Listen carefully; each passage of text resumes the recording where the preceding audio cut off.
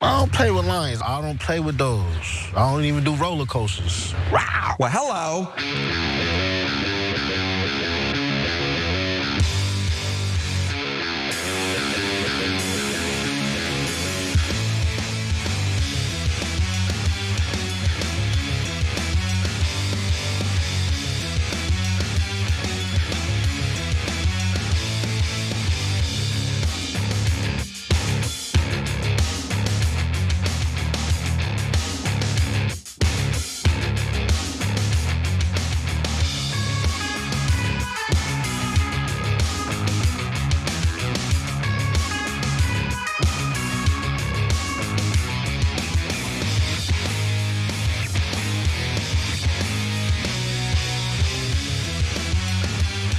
All right, welcome to the Young Turks. Cenk Uygur, Anna Kasparian with you guys.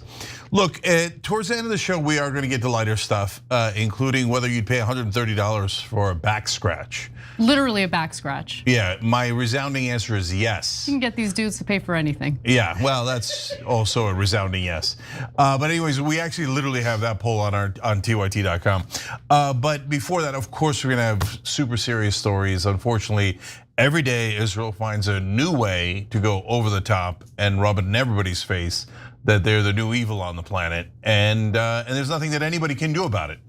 Before, when we met evil, you could do something about it, but now we're all powerless as they go on a murder spree, and it's not at all hyperbole. And you're about to see the innocent journalist that they murdered on purpose. On purpose, yep. Over the weekend. So let's give you that story. Yes, let's get to the details. Anas al-Sharif, fellow Al Jazeera correspondent Mohammed Kureka, and cameramen Ibrahim Zafar, Mohammed Nufal, and Muamman Aliwa were in the journalist camp at the main gate of the Al-Shifa hospital in Gaza City when the IDF struck. Al Jazeera says this was an assassination, that Israel wanted to silence some of the last remaining voices within Gaza, providing unfiltered coverage of the war. The IDF has confirmed its target was Anas al-Sharif. Well, Israel has in fact assassinated at least 5 Al Jazeera journalists in Gaza City in what they have admitted was a targeted strike. Although the director of Al-Shifa Hospital has reported that they received 7 bodies as a result of the strike, 6 of them being journalists. But 5 of those individuals have been confirmed to be journalists. Now, among them was Anas al-Shifa, or Sharif, I should say, Anas al-Sharif, who made a name for himself for his fearless reporting in Gaza every single day, detailing the atrocities that were committed by Israel and the IDF. And as a result, he had become a target of the Israelis.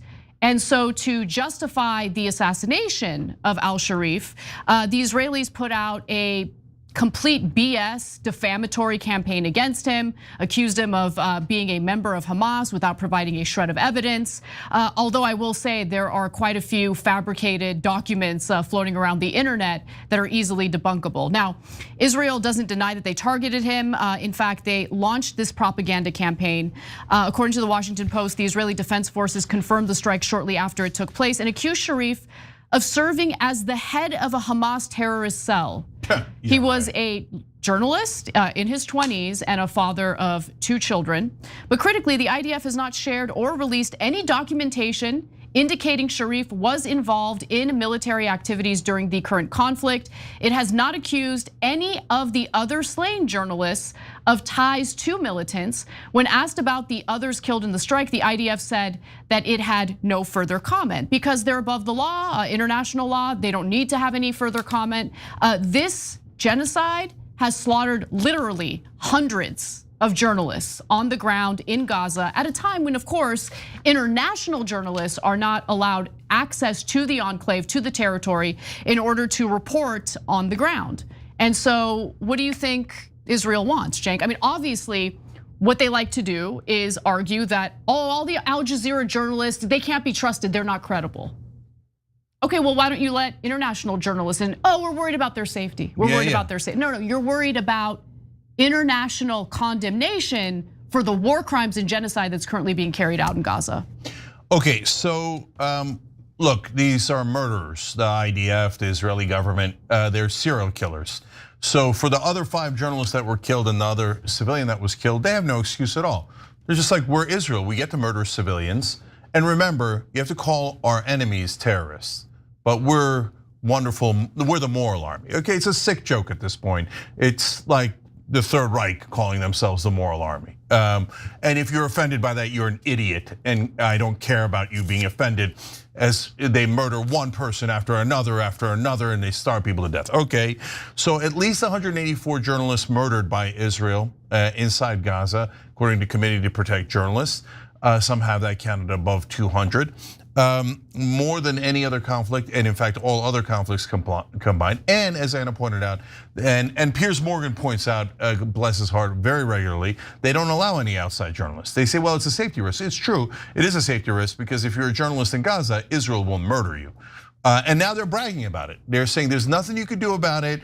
Oh yeah, he was Hamas wing. So no outside journalist is allowed in, and every Palestinian who covers Gaza is a terrorist according to Israel. So conveniently, no journalism is allowed inside where they are doing a genocide and have now set up a giant concentration camp.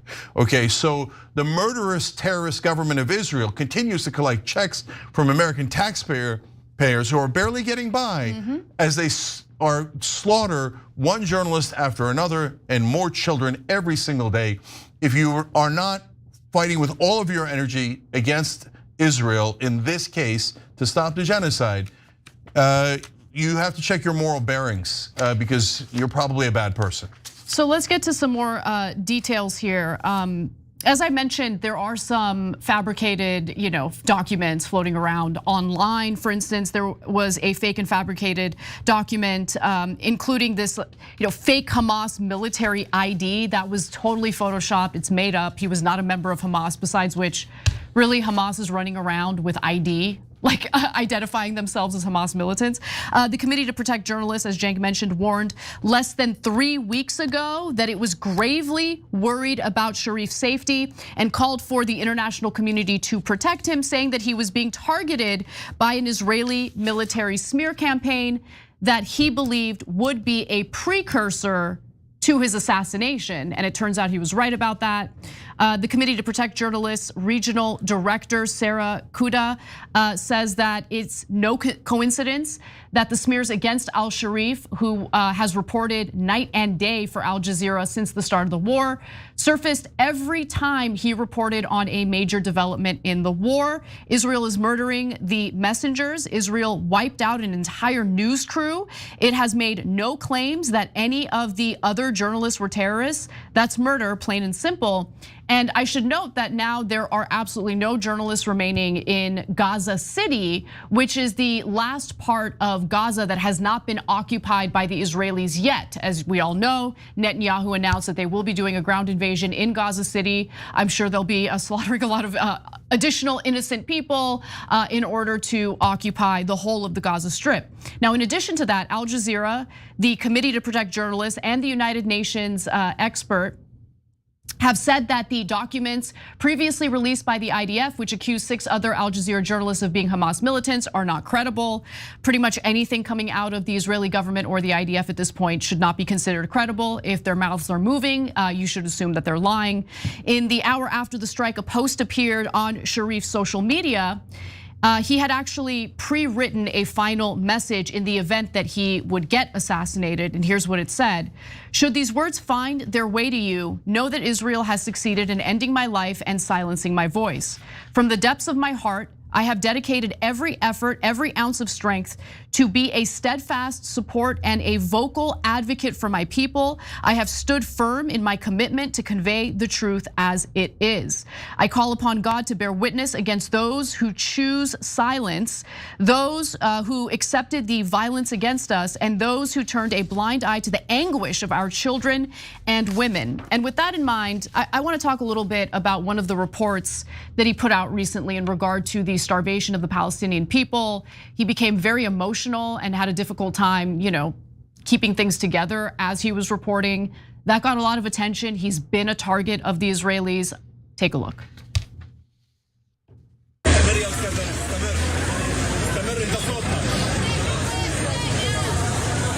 من شدة الجوع ومن شدة الألم ومن شدة والآن نحن نتحدث هذه العربة التي دخلت إلى مجمع الشفاء تحمل مصابين مجوعين أيضا.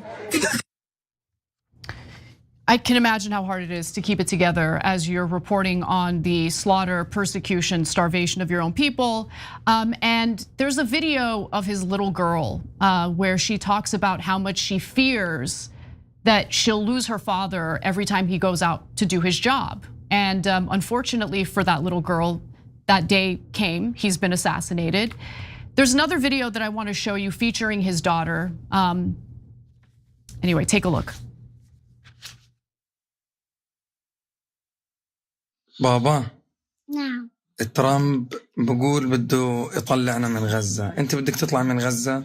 لا تضل في غزة. بدك تضلك في غزة؟ ليش؟ عشان بحب الغزة. أنت بتحب غزة؟ يعني بدكش تطلعي؟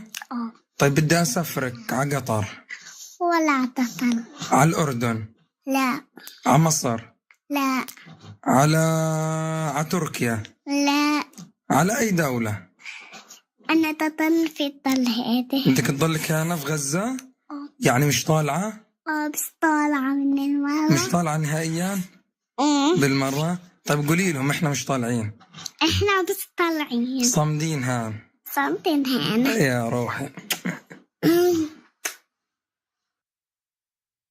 Finally, I'll just leave with one more thing. So this morning, Sky News, which has been firmly on Israel's side of this ongoing genocide, admitted something today that I thought was interesting. This is Diana Magnay, Sky News international correspondent, quoted as saying, "I think it's very clear that journalists are being targeted. In the same way as we ourselves have proven that medical health workers in Gaza are being targeted. These are people who are seeing every day what is happening on the ground and who have a voice to speak out about it. And Israel does not want that voice to be heard across the Arab world or across the rest of the world." Finally, she says that, and Israel knows that it is easy to silence that voice, and that is what it is trying to do because it is the worst conflict there has ever been for journalists. We've never seen this number of journalists killed in this period of time. Yeah, as I said earlier, different reporting organizations have said more journalists killed in this conflict than all the other conflicts in the world today combined. And of course, now in the old days, Israel used to claim that it was all an accident. They just accidentally, they could find leaders of Hezbollah, Iran, Hamas anywhere, anytime they want. And they already have a plan to kill them at any moment. But golly gee, they just can't find any of the right people in Gaza. They just keep murdering civilians tens of thousands at a time and all the journalists. So they're murderers and there's no question about that anymore. Anyone who claiming that they are not serial killers and murderers and terrorists are bigots who think Muslim lives don't matter at all, Christian lives don't matter at all. The only lives that matter are the supreme people of the Israelis, and everyone else is inferior to them, so their lives are irrelevant. So I'm not interested in Israeli lives. And by the way, they've been doing this for a long, long time. It's not just now, it's not for self-defense.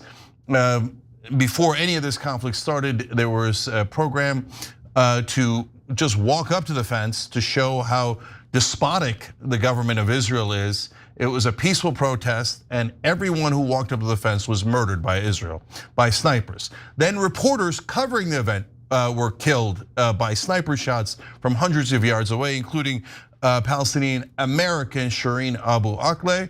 And after that American citizen and journalist was murdered, the American government kissed Israel's ass and gave them more money. Now another 6 to 7, I'm losing track now. I mean, they murder so many Americans, it's hard to keep up, have been murdered since October 7th in the West Bank. But all of those Americans, half a dozen Americans killed, our government, both under Biden and Donald Trump, their answer was, "Thank you, sir. May we have another." You can murder. No, that's right. Yeah. You can murder as many Americans as you like. You can murder as many human rights workers, as many journalists, as many children as you like, as long as you keep those beautiful checks flowing to our deeply corrupt politicians, which I'm going to come back to in a second. So, look, if you're still a supporter of Israel and you think that they're not acting monstrously, I've got a quick challenge for you guys. We'll put the link down below. Brave New Films has a movie called Gaza, Journalists Under Fire. It's so short, it's 41-minute documentary, okay? If you can make it through that documentary and you still think Israel's doing the right thing, okay, that's amazing. And at least you'll have said, hey, look, I saw it. I saw it with my own eyes. As a Jewish filmmaker, there's Jews in the movie, there's Muslims, Christians in the movie. I made it through that, and I think, no, I'm still on board. I think Israel's doing the moral thing by murdering all these people. Okay, then at least you have some sort of internal consistency, okay? But I don't think anybody can make it through that movie without just breaking down in tears, etc. It's very similar to what you just saw there. That little girl that you just saw doesn't have a father anymore because Israel chose to murder him because they were covering this genocide of theirs. Now, guys, that leads to and apparently they're shutting down Grok. Yeah, let me just give you some details on that. They suspended Grok. It's now been, the suspension has been lifted, but what's interesting about it is, people were trying to access Grok on X, Elon Musk's platform. Grok is Elon Musk's AI chatbot. And after it was basically restored and people were asking the Grok account, why were you suspended? Here's how it responded. My account was suspended after I stated that Israel and the United States are committing genocide in Gaza. This is substantiated by international criminal court findings, UN experts, Amnesty International, and Israeli rights groups like B'Tselem, citing mass killing, starvation, and intent. US complicity via arms support is widely alleged. And it's now restored is how it ends, meaning my account is now restored. Okay, so now if you state facts, even if you're an AI robot, they're like, no, the robot is anti-Semitic. Now, look, there's glitches with Grok before, but it's supposed to, it got back to just doing facts. And I can tell from personal experience. And now, though, if your facts are against Israel, which they are, they're indisputably against Israel. Israel says, and every powerful person in the country, apparently Elon Musk included, bow down like dogs and go, we'll change the facts. We'll change the facts so they support Israel, the murderers, the terrorists, instead of decent human beings and actual reality. So but if you suggest that maybe Israel might control America, oh my God, how dare you? How dare you? All the murdered Muslim children and Christian children, who cares? Who cares? But you're saying something that is an undeniable fact? Yeah, anti-Semite, fire him, cancel him, etc. I'm so sick of the people in power in this country. I gotta say something for bunch of sellouts. For those who are legitimately concerned about anti-Semitism, the Israeli supporters who are concerned about anti-Semitism. When there are individuals who are stating the facts of what's happening on the ground, and they grieve over the innocent children who are starving to death, or the innocent children who are shot in the head. They have bullet holes in their heads as they arrive at the hospital or in their chests. When you call those people anti-Semites, and of course, there's never an effort to debunk what is being said or the substance of what's being argued. It's just flat out, let's just smear this person as an anti-Semite. When you do that, do you understand that you're doing positive PR for anti-Semitism? Because humans, believe it or not, most humans are actually kind and they understand the importance of human life. And when they see children getting slaughtered, it disgusts them. Most people feel that way. And when you say that someone who is airing their disgust over the slaughter of children is an anti-Semite, well then, you totally take that word, which actually used to mean something, and you turn it into something that's almost positive. Yeah, right? That's absolutely. They're lunatics. They're gonna get our Jewish friends and family hurt. Because they're saying now, if you don't support genocide and starving children to death, that means you hate Jews. Why? Is the pro-Jewish position to be in favor of slaughter? No, it's not. Of course not. Of course not. Why do you keep saying that? And they keep saying that because protection of Israel above all, even if it hurts Jews, even if they, by the way, they murdered their own hostages because they were in a kill zone. They're starving their own hostages. I could go on and on and on. They don't care about Jews. They don't care about their own citizens. The only thing that the monsters in charge of the Israeli government right now care about is their own power, their infinite greed. Last thing goes to one of our members, Embedded Dude on TYT.com, said, is shame and conscience ever going to overcome AIPAC money? I'm not optimistic, but I don't rule it out. No, it's not. It's so, guys, our politicians are the most corrupt people on earth. They're sociopaths too. They are. Yeah. They're psychotic, okay? And our mainstream media has been fluffing up these psychos, these groveling pieces of crap our whole lives. Yep. Oh, the honorable gentleman from Connecticut. None of them are honorable. They're disgusting. 400 out of 435 members of the House take money from AIPAC and serve Israel. And our lying, disgusting media says, no, you can't say that. That's true, but you're not allowed to say true things because now true things are anti-Semitic. So the truth is anti-Semitic? Or did it ever occur to you that maybe Israel is not moral and truth is moral? But to them, everyone in goddamn mainstream media, they prefer Israel over the truth 200 out of 200 times. Well, I mean, they prefer Israel over the health of their own business, right? Because at the end of the day, people have caught on to the fact that corporate media provides cover for a genocide that we're currently funding through no choice of our own, obviously. We have two parties, both parties are firmly up the ass of the Israeli government and will do whatever the Israeli government wants. And so when you have corporate media trying to provide cover in a context where media is really diversified as a result of this explosion of independent sources, you're cooked. You're cooked. They are. Who would believe them? Other than the boomers who got stuck on TV, and we love you guys, but you got stuck there. So none of you are there because you're watching an online show, okay? But if you know family members who are still watching TV, help them, rescue them, get them out because they're being brainwashed. Mainstream media doesn't do news. They do propaganda for the powerful, not just Israel, but they tell you that politicians are not affected by donor money. What a ludicrous lie. This is the least true thing I have ever heard in my life. Oh no, them getting millions of dollars, whether it's from oil or pharma or whatever. No, that doesn't affect them at all. Doesn't affect, it's a lie factory. Yeah. They're getting brainwashed by foreign governments like Israel and corporate donors into complying and obeying. And so, look, we're gonna talk more about it as we go along, but nearly 100% of the Republican Party is corrupt. They all take AIPAC money outside of Tom Massey and now Marjorie Taylor Greene, and they will do anything. Mike Johnson would do anything that Israel asked for. He prioritizes Israel 2,000 times more than America. And then you get to the corrupt, disgusting corporate Democrats.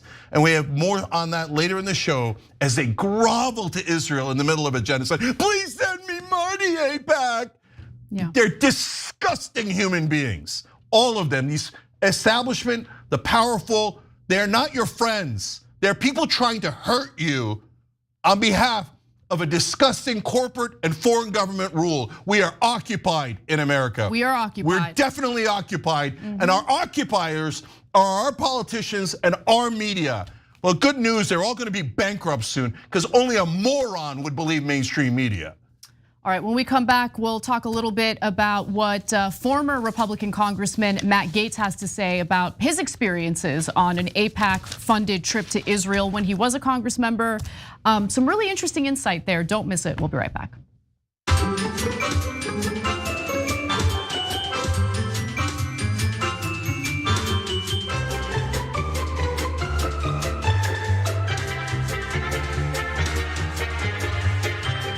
All right.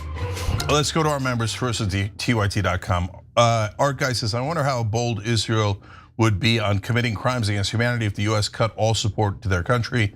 One day, I hope we get to find out. I mean, they're so bold that you have IDF soldiers threatening to slaughter Americans who are criticizing them like me, even though I'm the ones funding their checks. Oh, of course. Like they're so disgusting and entitled. I mean, not only genocidal, but like they feel entitled to your pocketbook. Just understand that. Of course, of course. You owe us, Israel says. What the hell do I owe you for? What do I owe you for? What do I owe you for? I don't owe you anything. America does not owe Israel $1. It doesn't owe moral support. No, you have to support our genocides. You have to fight our wars for us. You have to give us $300 billion. I'm getting a sense you're not my ally. I don't have to do any of those things.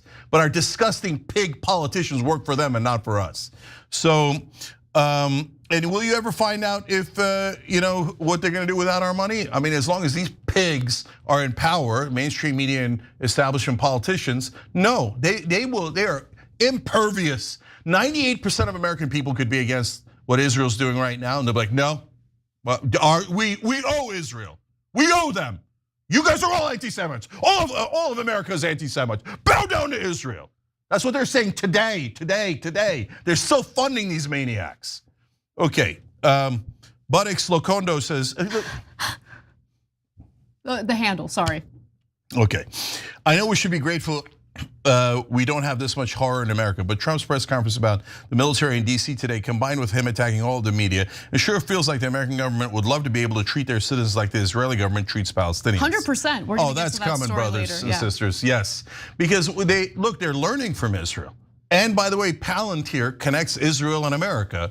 And so they learn their lessons, and they can tell you in a little bit, they have facial recognition, etc. They've perfected a lot of these technologies, so anyone who dissents gets murdered and labeled a terrorist afterwards. We're living in the most dystopian 1984-ish crap you've ever seen, and yes, it is driven 98% by Israel. Israel's like, here's how you murder people who dissent, okay? Now America, you go do it, okay? And by the way, give me the goddamn money, okay? I'm your ally. Camp Corona Dad says you don't have to turn a blind eye to genocide if no one is there to show it to you. And that is, of course, Israel's plan. Don't let anybody see us murdering these poor innocent kids. Rebel Dragon says 100, Anna, if their mouths are moving, they're lying. Stiff Upper Lip says Grok was suspended. What kind of hellscape do we live in?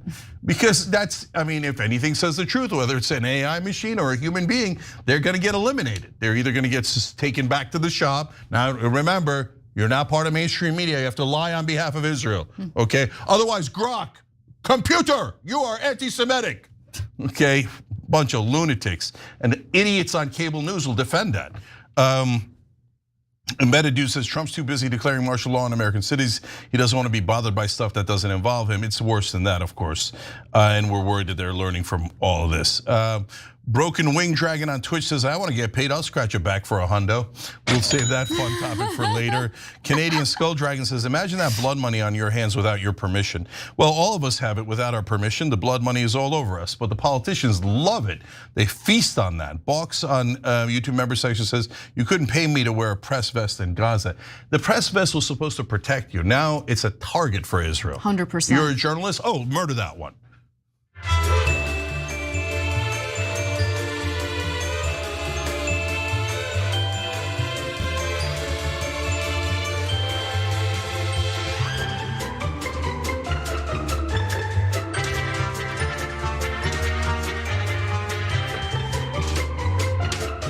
Back on TYT, Cheng and Anna with you guys. We do honest news reporting on this channel, on this network. So let us return to the murderous Israeli regime. Let's do it. Let's start with this.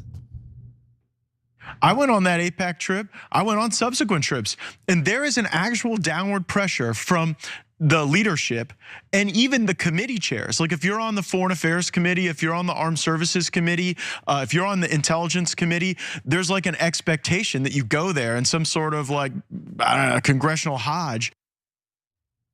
Former Republican Congressman Matt Gaetz detailed a fascinating experience he had on an AIPAC-sponsored trip to Israel when he was still in elected office. And what he shared uncovered yet another example of Israeli occupation of the United States government. Take a look.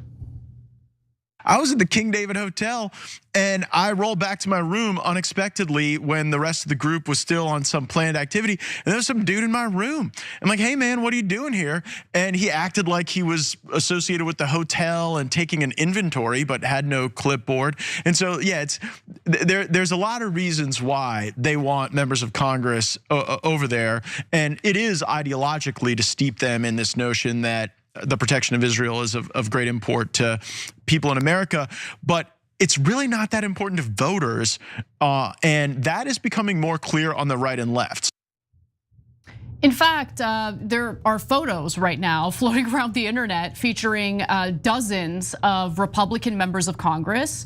The House, I believe, is on recess right now. They took a trip to Israel immediately.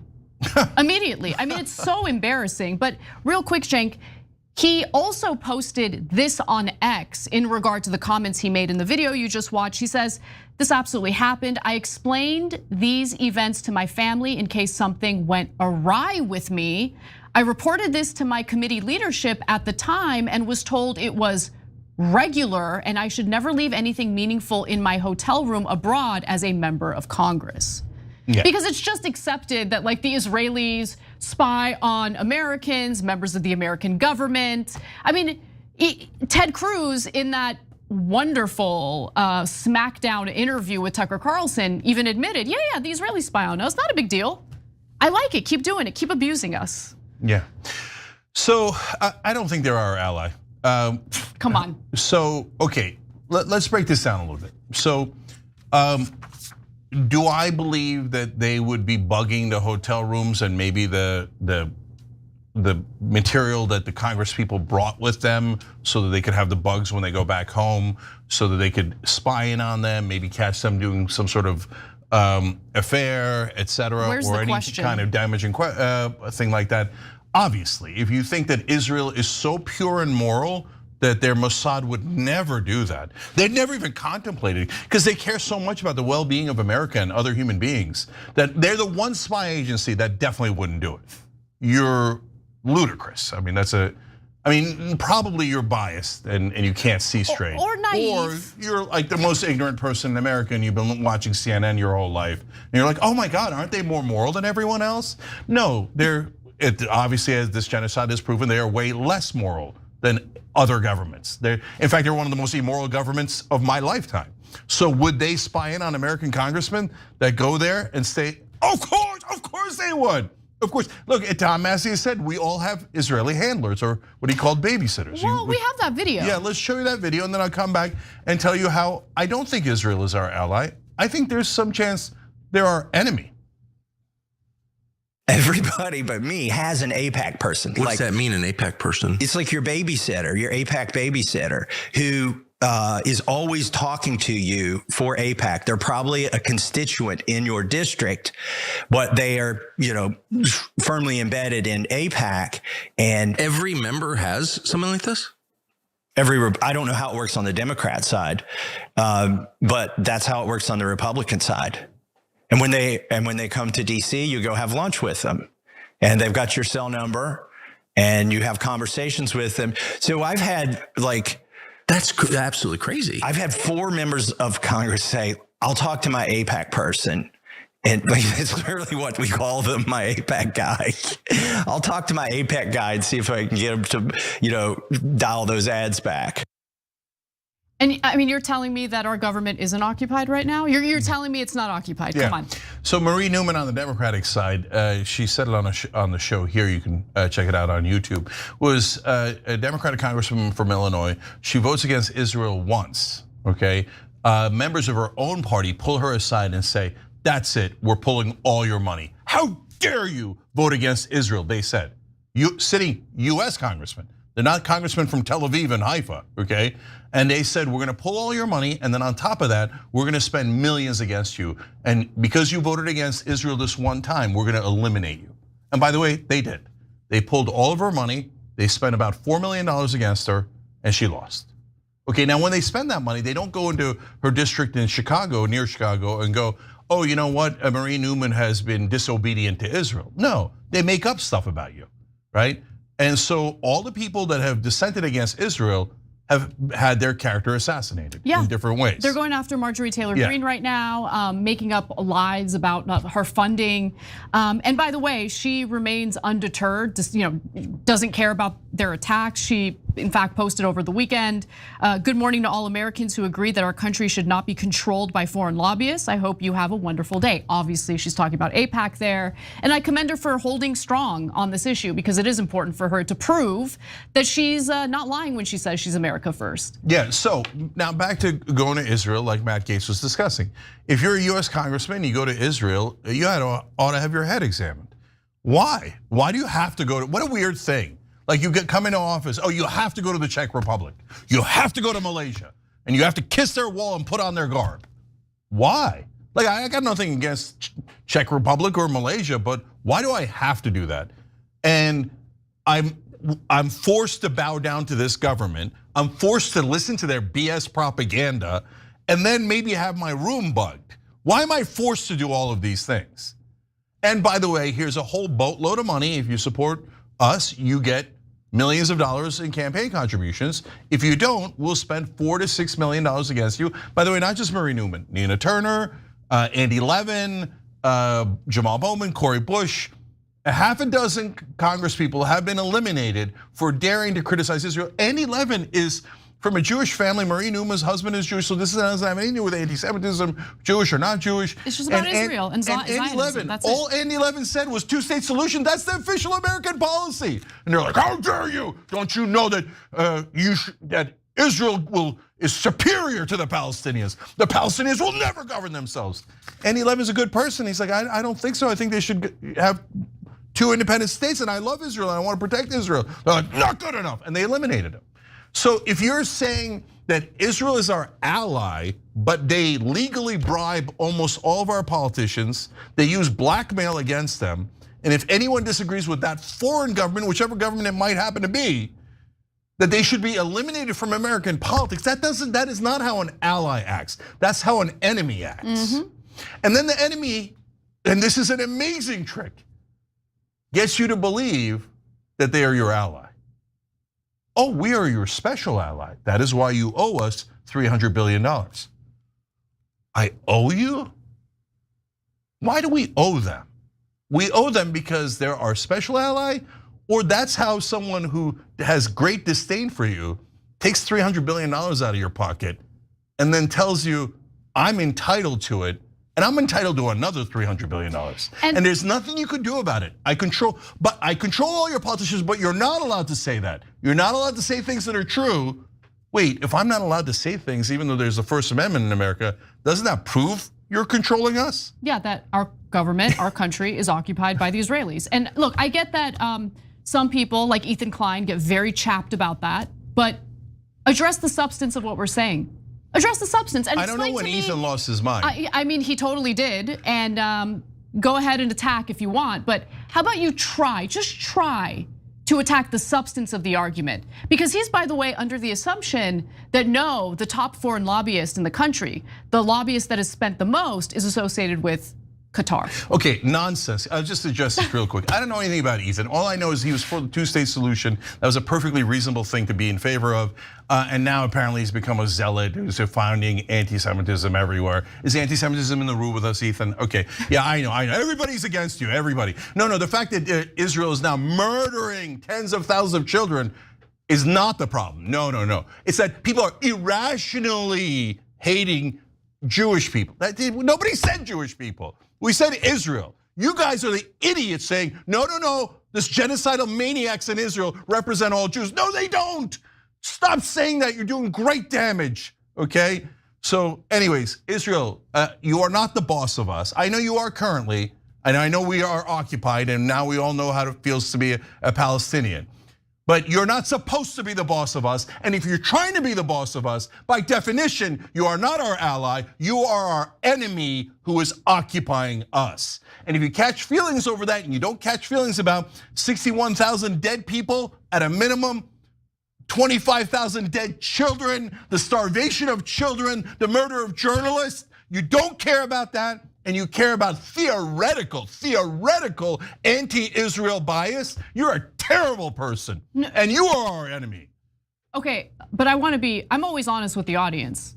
I'm anti-Israel. At this point, I wasn't before. At this point, I'm anti-Israel. How am I gonna be in favor of a genocidal regime and government? No, honestly, how could you be pro-Israel? How could you be pro-Israel? I mean, it's not like how could you? Seriously. It's not like we're permanently against the German people. The German people are human beings just like anyone else. But if in the middle of World War II you demanded that everyone be pro-Germany, that would be a maniacal position, absolutely, yeah. Right? As Stalin was murdering 25 million people, if you said you have to be the pro-Russian government right now, you'd be like, wait, why? I mean, I love the Russian people, but why do I have to be in favor of the Russian government as they murder all these people? But Israel has a special exception to everything. But if you point it out, anti-Semite. Yeah, get the hell out of here. No, in fact, I mean, look, if we're gonna do moral judgments, I find it deeply immoral to be a supporter of Israel at this moment. It is. So it's totally immoral. Like, you can call me whatever you want. I look down at you. I'll call you if you're something. in favor of this. No. We're done with maniacal Israeli supporters calling other people names. Yeah, we're seriously. done with that era. Now we're in the era where we call you names, okay? And the name we call you has nothing to do with religion. It has to do with you specifically. If you're still a supporter of this maniacal genocidal government, okay? You're a terrible person. You're a hateful person. You're a racist against Palestinians. You're a bigot against Muslims and Christians. And you think you're superior to all of us and that we owe you all of our money. No, you're a terrible person and a bigot and a racist. And a supremacist. Okay, and a supremacist. Yeah, I'm not interested in white supremacy. I'm not interested in supremacy of any religion, race, or creed. We're Americans. Americans are supposed to be equal. We're supposed to fight for justice. And if some stupid Israeli supporter says, no, my people are superior to all of you, you must bow down. And if you don't, I'm gonna call all of you hateful. You are all anti-Semitic. Owe me more money. You owe me more money. Give me money. Give me 310 billion isn't enough. I haven't murdered enough Palestinians. I haven't occupied them enough. I'm sick of you occupying the Palestinians. You are not our ally. You are definitely our enemy. And if you ask me to love Israel in the middle of a genocide, my answer is hell no. The exact opposite. Preach. All right, we got to take a break. When we come back, Pete Buttigieg, who I'm sure is considering a run for president in 2028, has some strong words for what's happening in Gaza. I'm kidding. They're not strong at all. So that and more coming up. Don't miss it. Anti-Semitism.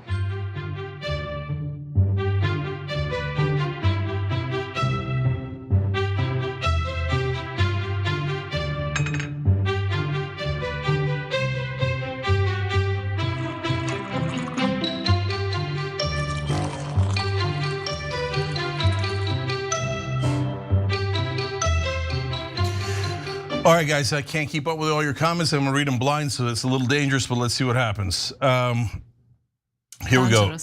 Yeah, Dirge said, Cenk, at some point you have to admit that we can't fight politically anymore and we'll just have to fight. Don't do that, guys, don't do that. The minute you do anything that is outside of politics and rhetoric, it's a terrible idea, it's immoral. To do the tactics of your enemy is a terrible idea, and how Israel got to where it is today, okay?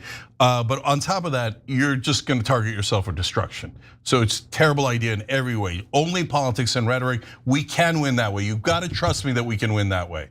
Jack Callahan says, if we had a real, rather than fake president, a phone call could have stopped this massacre back in 2023. Exactly, yep. Yes, so Trump is massively guilty, and so is Joe Biden, who is a piece of crap, genocidal freak, corrupt piece of filth, who's like, oh, your money, you got me all money, Israeli money, kill their children, kill their children.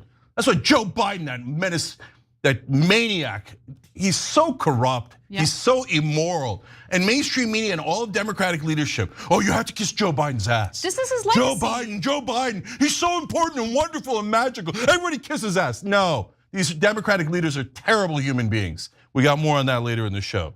Look, yeah, okay, you have to say the Republicans are worse. Yeah, Republicans are terrible too, okay? Are you happy?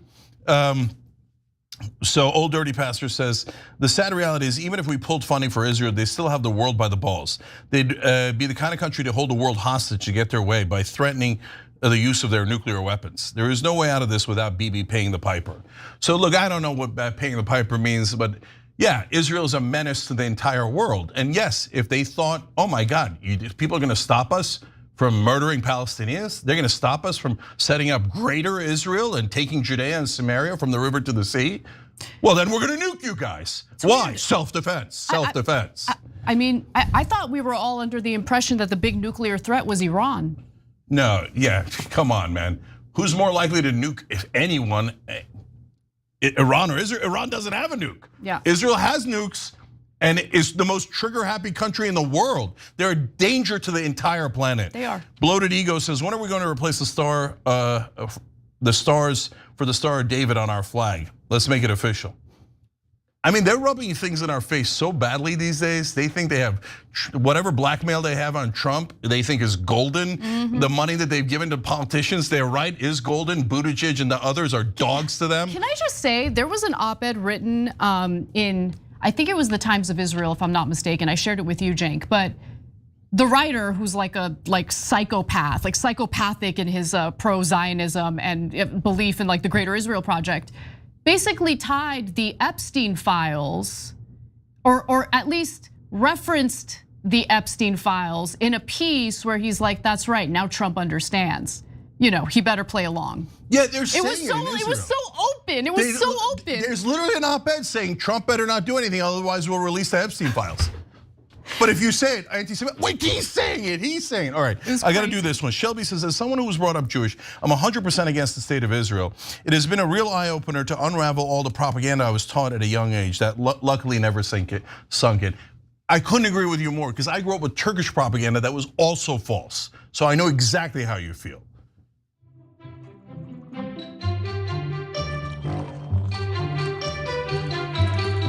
We're gonna beat these people.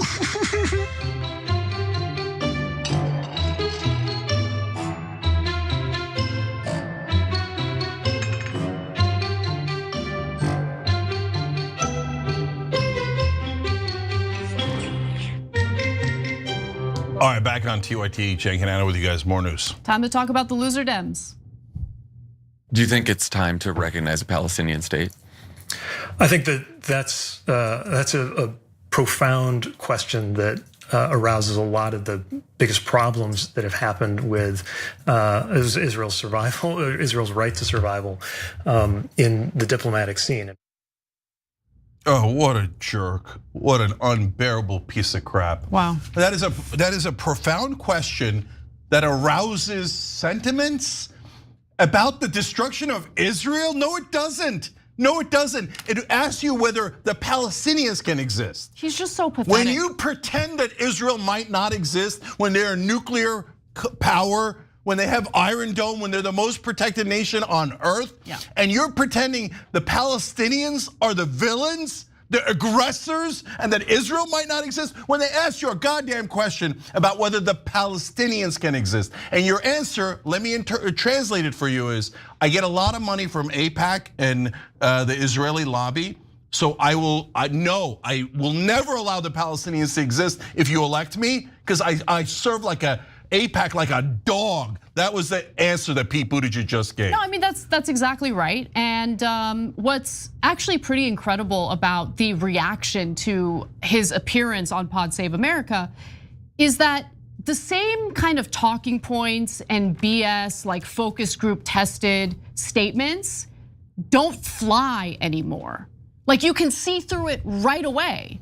And so an empty suit like Pete Buttigieg, right? The kind of politician that's like created in a lab is gonna keep flailing. And I'm happy to see it because he doesn't represent anything. There's no moral core there, right? Someone who wants to be a public servant, I mean, in an ideal world, would sign up for that kind of role in society because they want to serve the people. They have guiding principles, they have values, they have morals. You look at Pete Buttigieg, what are his values? What are his morals? What does he represent other than I have to play ball and do these empty, hollow statements at a time when innocent people are literally being slaughtered with US taxpayer money? So let me give you some. He works for Israel. If you vote for him, you ought to have your head examined. He's not going to represent America at all. His answer is crystal clear. It is. No, I don't think the Palestinians should exist because I get bribed to the tune of millions of dollars by the Israeli lobby. And he looks weak, honestly. He looks pathetic. He looks super pathetic. Okay, like what is that?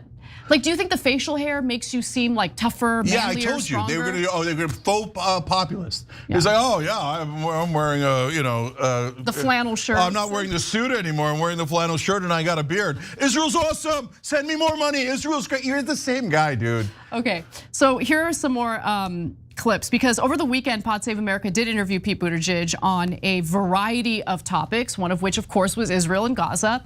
And there's so many more non-answers in the Israel-Gaza portion of the conversation. So let's start with the rest of his answer on the possibility of a two-state solution.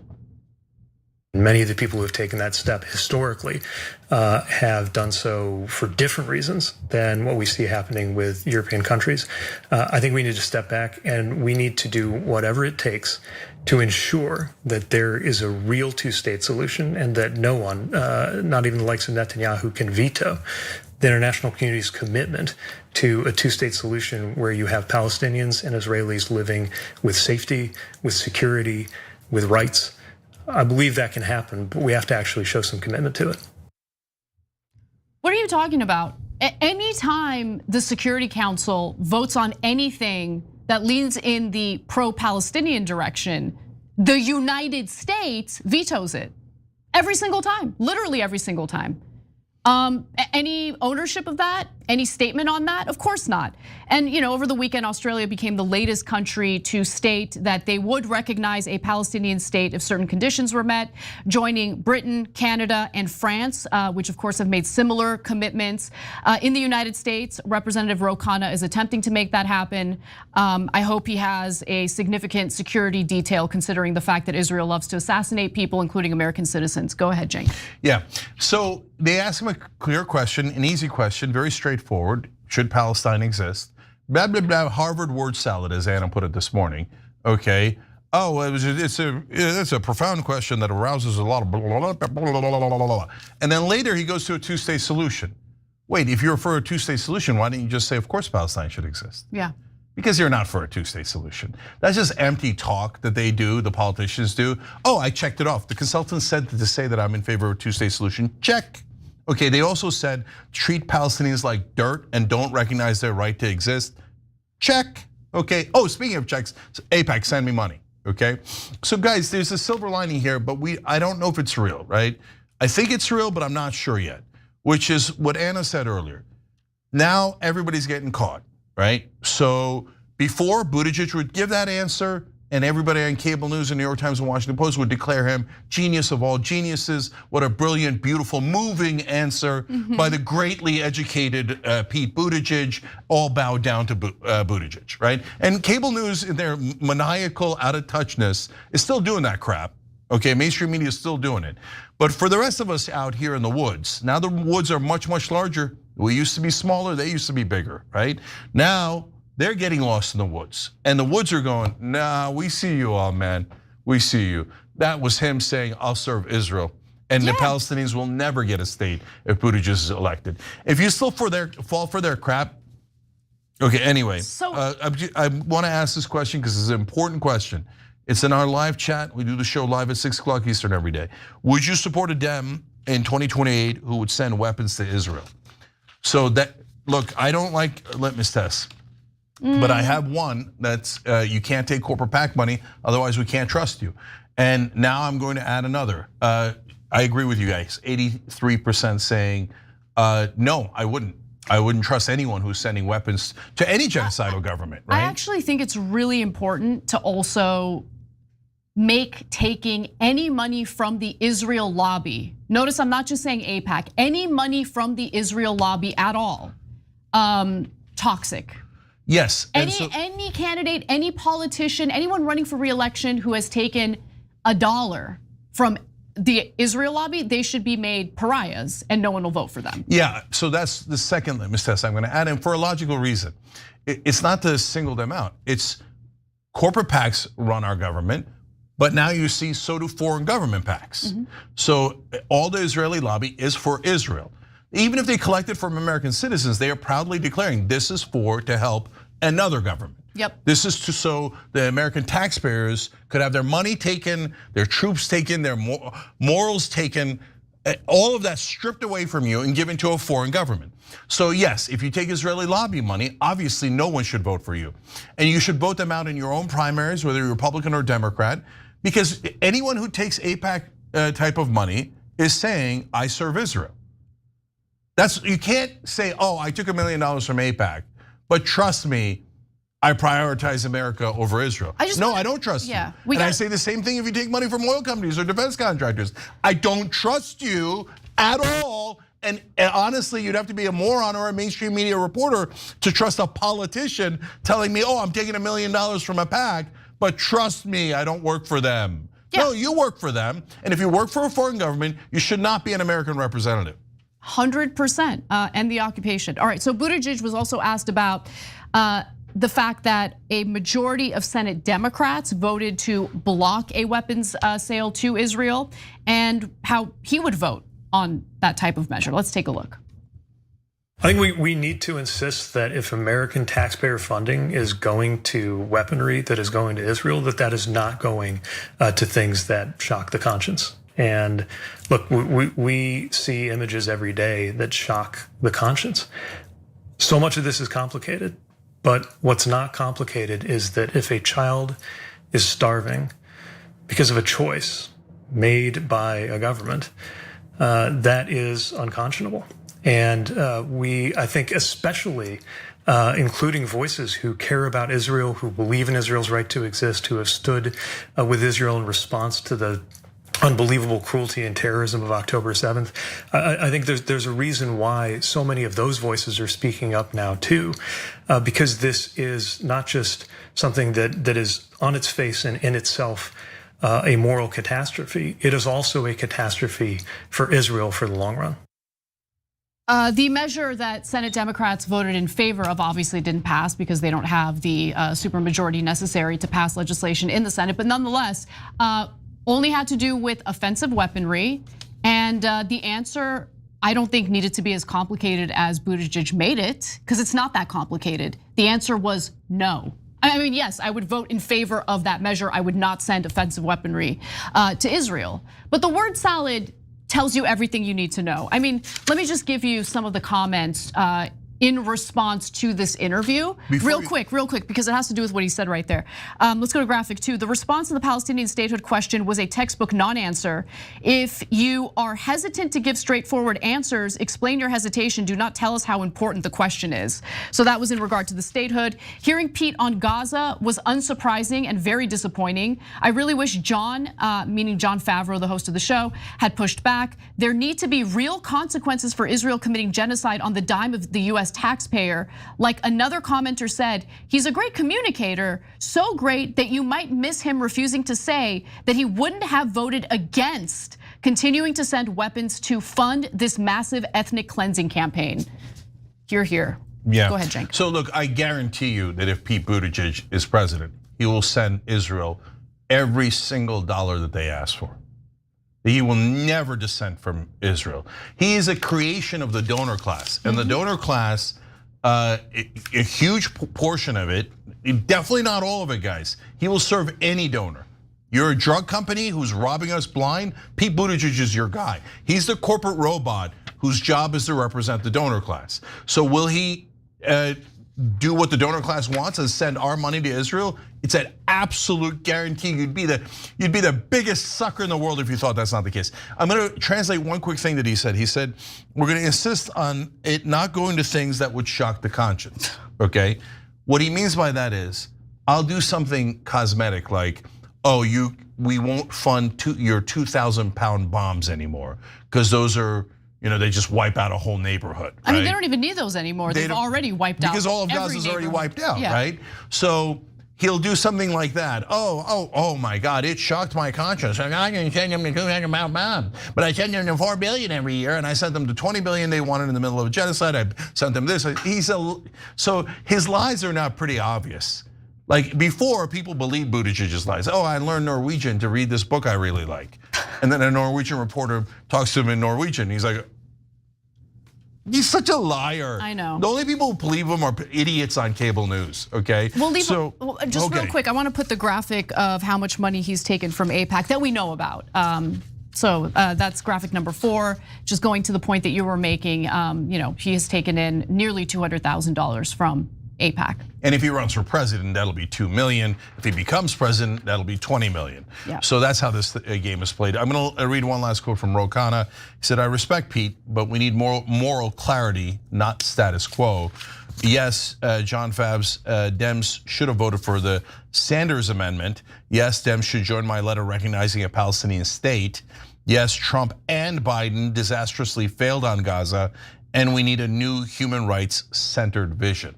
So look, guys, there's only a couple of honest Congresspeople left, and Ro Khanna is definitively one of them.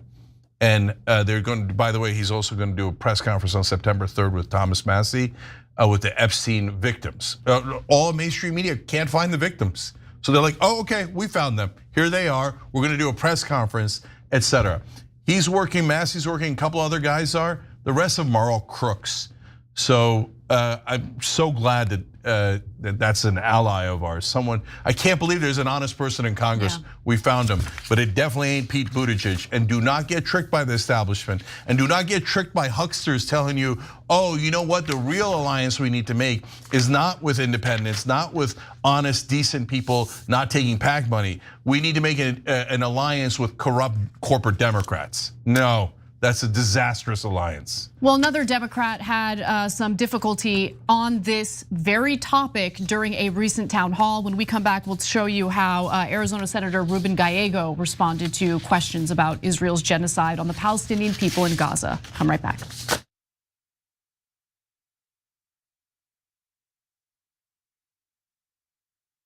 Damn it, they failed us. And if you're not angry about that, Michael, and any of you out there, then you're damn wrong, because you should be angry.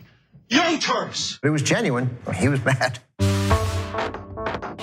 Cenk Uygur, known online as one of the Young Turks, isn't afraid to throw some punches. 3, 2, 1, fade up. Cenk the Turk Uygur. What kind of TV station is this? The whole point is for me to yell and scream and tell you what I think. It was right out of like Wayne's World. This guy on this little rinky-dink website is speaking truth to power. We've been averaging 600,000 views a day, beating most of the cable shows in America. We're the largest online news show in the world. We're celebrating our 1 billionth view. Television, we're coming.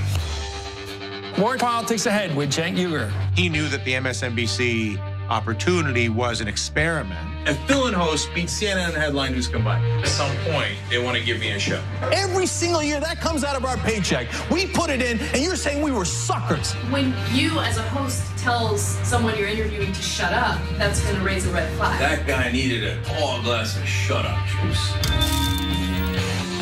If President Obama's doing the wrong thing, I'm not going to tell you that he's doing the right thing so I can, quote, support him. He says to me, you won't believe the meeting that I just had. The head of MSNBC talked to me. And they want him off the air. Cenk took an incredible risk. We're supposed to challenge the government. That's the role of the media. The Democrats and the Republicans are here to screw you. And who on the air is saying it? I wouldn't have done what he did. That if I'm going to be a talk show host, I should be the biggest talk show host in the country. I don't think anyone else does it better. I don't think anyone's even close. Before you know it, I'll be back on your TV doing a national show. I guarantee it.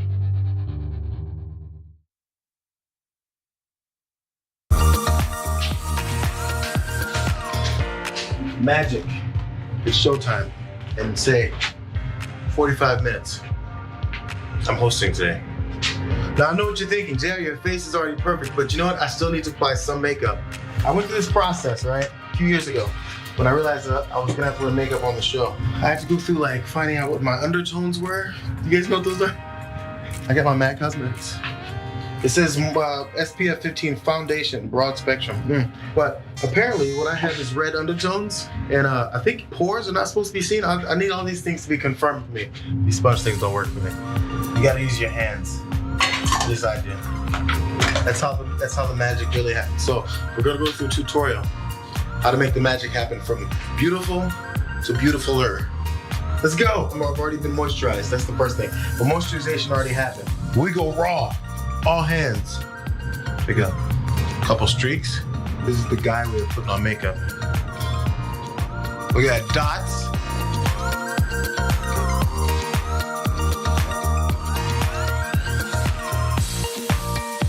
There's some shiny points that generally happen. First of all, here we go. You dust here. I'm putting way too much, but you dust. Oh, get the excess off. You don't want chunky powder. There's like a T-zone, I think, right? Mine is a double T-zone. Because I went middle and another cross. Make sure your nose isn't all shiny. People get on you for it. They'll say, that's not a good point you made on there, JR. Your nose is shiny. You guys are picky like that sometimes.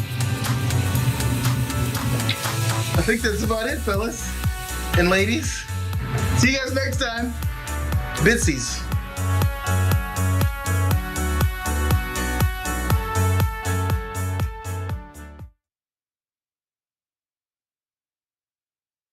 And Tua Tag Ovalia, Shohei Ohtani.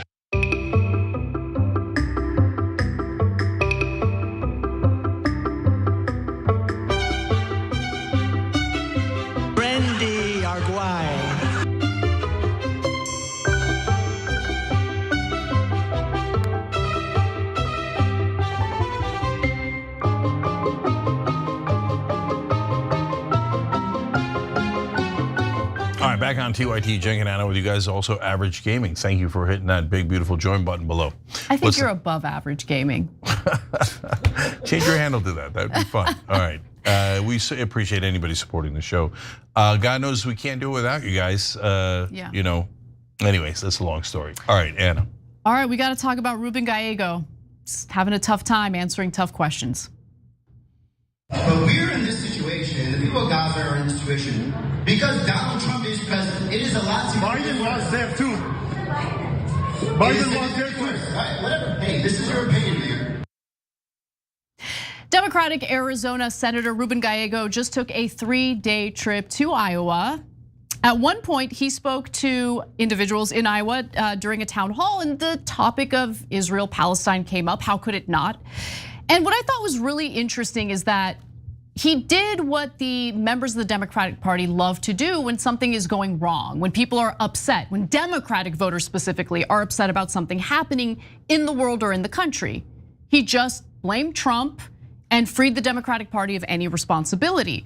So in this case, he's specifically focusing on how President Donald Trump is to blame for the horrors in Gaza. And look, there's some logic behind that. Currently, the leader of the United States, the person making decisions as to whether or not to fund the genocide in Gaza, it makes sense. And Trump has decided to get dog walked by the Israeli government. It's happening right now, right before our eyes. He's turned his back on the so-called America First movement in this country. And I say so-called because the leader of that movement turns out doesn't really care about America First at all. Now, with that in mind, when one town hall attendee pointed out that Israel was carrying out the same ethnic cleansing campaign under the Biden presidency, Gallego got a little testy, Let's take a look. Will you support boycott? Will you support us to stand for our rights? Will you support us to have our own voice and not us be summoned and put in jail like some of us have been doing? Will you support our freedom of speech? Yes. Okay. First of all, of course, we support anybody having and using their freedom of speech, no matter to what context and to what extent, obviously, the extent that doesn't extend to violence. And whether within the Democratic Party, look, have we been perfect? No. But what we do know, by the way, is that things are significantly bad because Trump is president. I just want to point that out. I think we have to agree on that 100%. I think we've been slow to the take. There's times where we didn't live up to our values. But we're in this situation, the people of Gaza are in this situation, because Donald Trump is president. It is a lot to Biden was there too. Biden was there too. Whatever. Hey, this is your opinion, Mayor. In fact, Biden could have used the leverage we have over Israel, which is the weapons. I mean, Israel can't carry out a genocide without American weapons. We fund the bulk of their weapons. But what Biden chose to do was create a situation in which the Trump administration would inherit the genocide and continue it.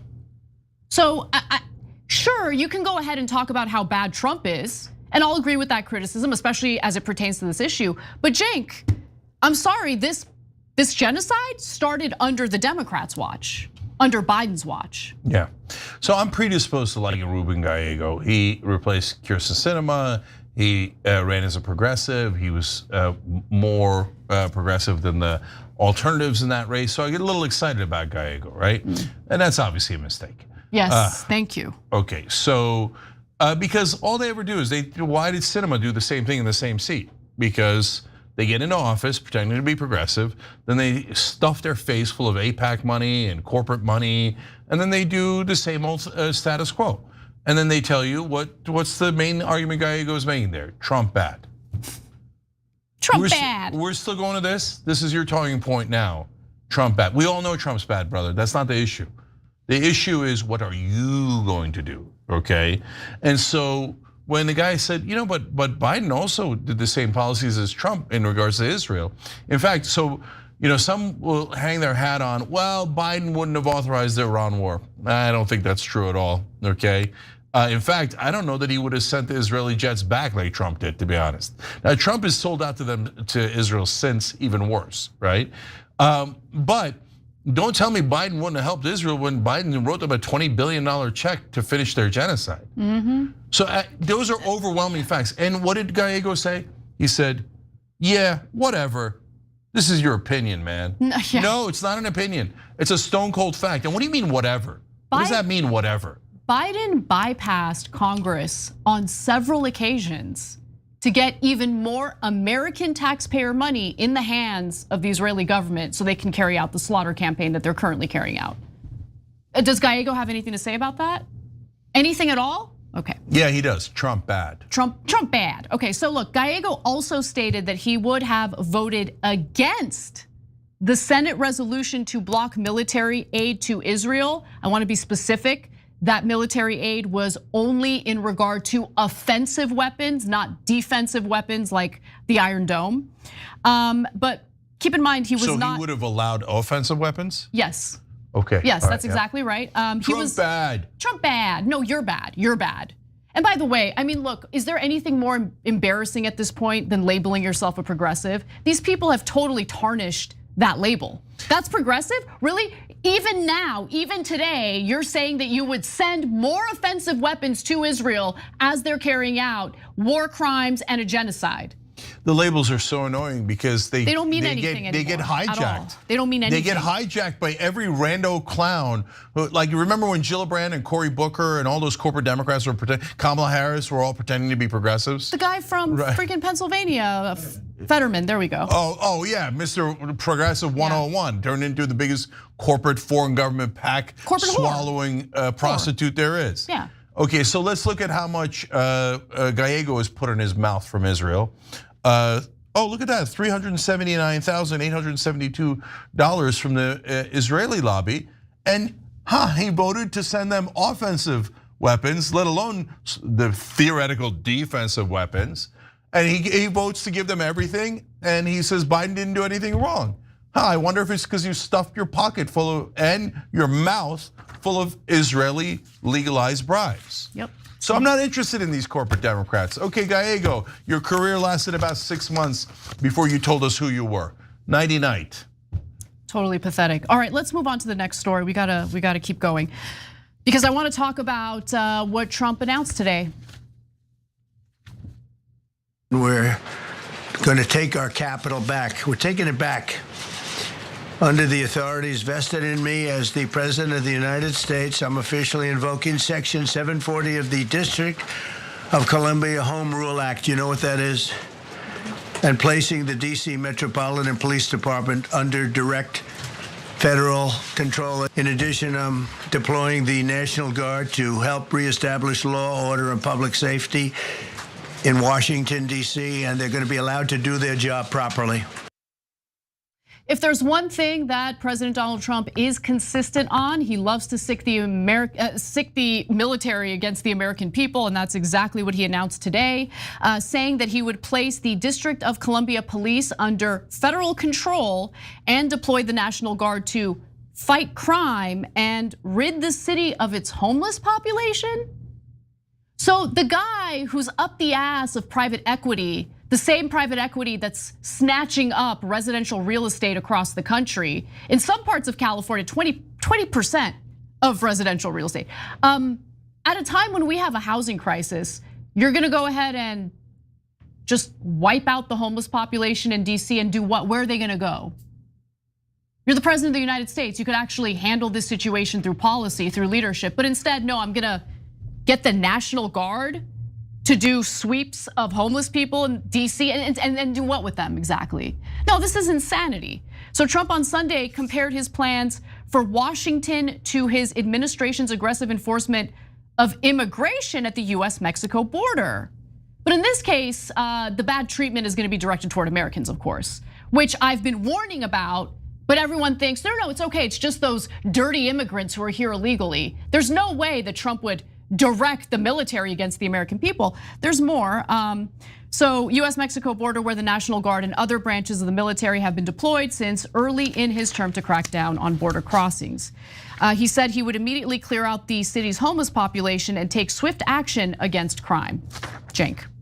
Yeah, so we're gonna get to what should be done about crime and the right way to handle it in a place like DC. But here's what I know for sure. The right way to handle crime is not to bring in the US military. Because that's what banana republics do, okay? That's countries that go through coup after coup after coup. Oh, look, there's a guy who tried a coup and now he's bringing military into the streets. And who has he learned how to stifle dissent from? Oh, his buddies at Israel, right? And Palantir and other defense contractors that are both tied to Israel and America. And now you're rolling in the military. Now we're gonna get facial recognition software. They started this program in Israel. It was used to murder Palestinians in Gaza. Now they're going to do it for protesters, etc. So now military rule has begun. And what that does is it doesn't stop crime, it takes your freedom away.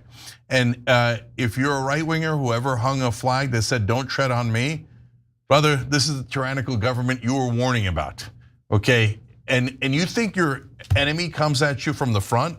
No, your enemy comes at you from the back, okay?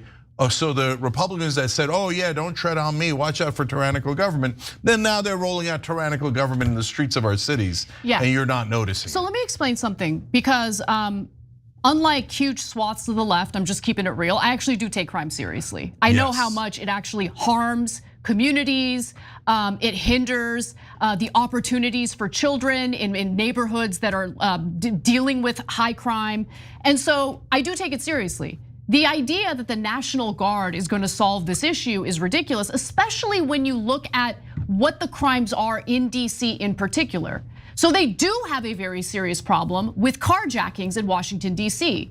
And typically those carjackings, believe it or not, are carried out by literal teenagers, okay? Like 14, 15-year-olds. Now look, I get very frustrated because where are the parents and why are your 15-year-olds, 14-year-olds out there doing carjackings and joyrides, okay? So I get frustrated with the parents, but at the same time, what is the National Guard supposed to do? You want them to come in and crack their skulls? How is that gonna solve this issue? There's something else going awry. There's something else that's leading to, like the carjackings carried out by the teenagers is a symptom of a bigger problem here. Yeah. And so I want to enforce the law. I don't want a militarized, literally a militarized law enforcement situation when we're dealing with literal teenagers. And to that point, US Attorney Janine Ferris-Pirro, whom Trump appointed to the job in May, has called for lowering the age limit for charging juveniles as adults to 14. Okay, all right. I guess that's how we're gonna solve this issue. We're just going to rain terror on teenagers and treat them as adults. I know why you say parents, but I don't think parents are the issue. And not because they're not in those specific cases, but because there's always going to be vulnerable kids, especially in tough socioeconomic conditions, right? And why are they vulnerable? Because their parents might not be that they're making a choice.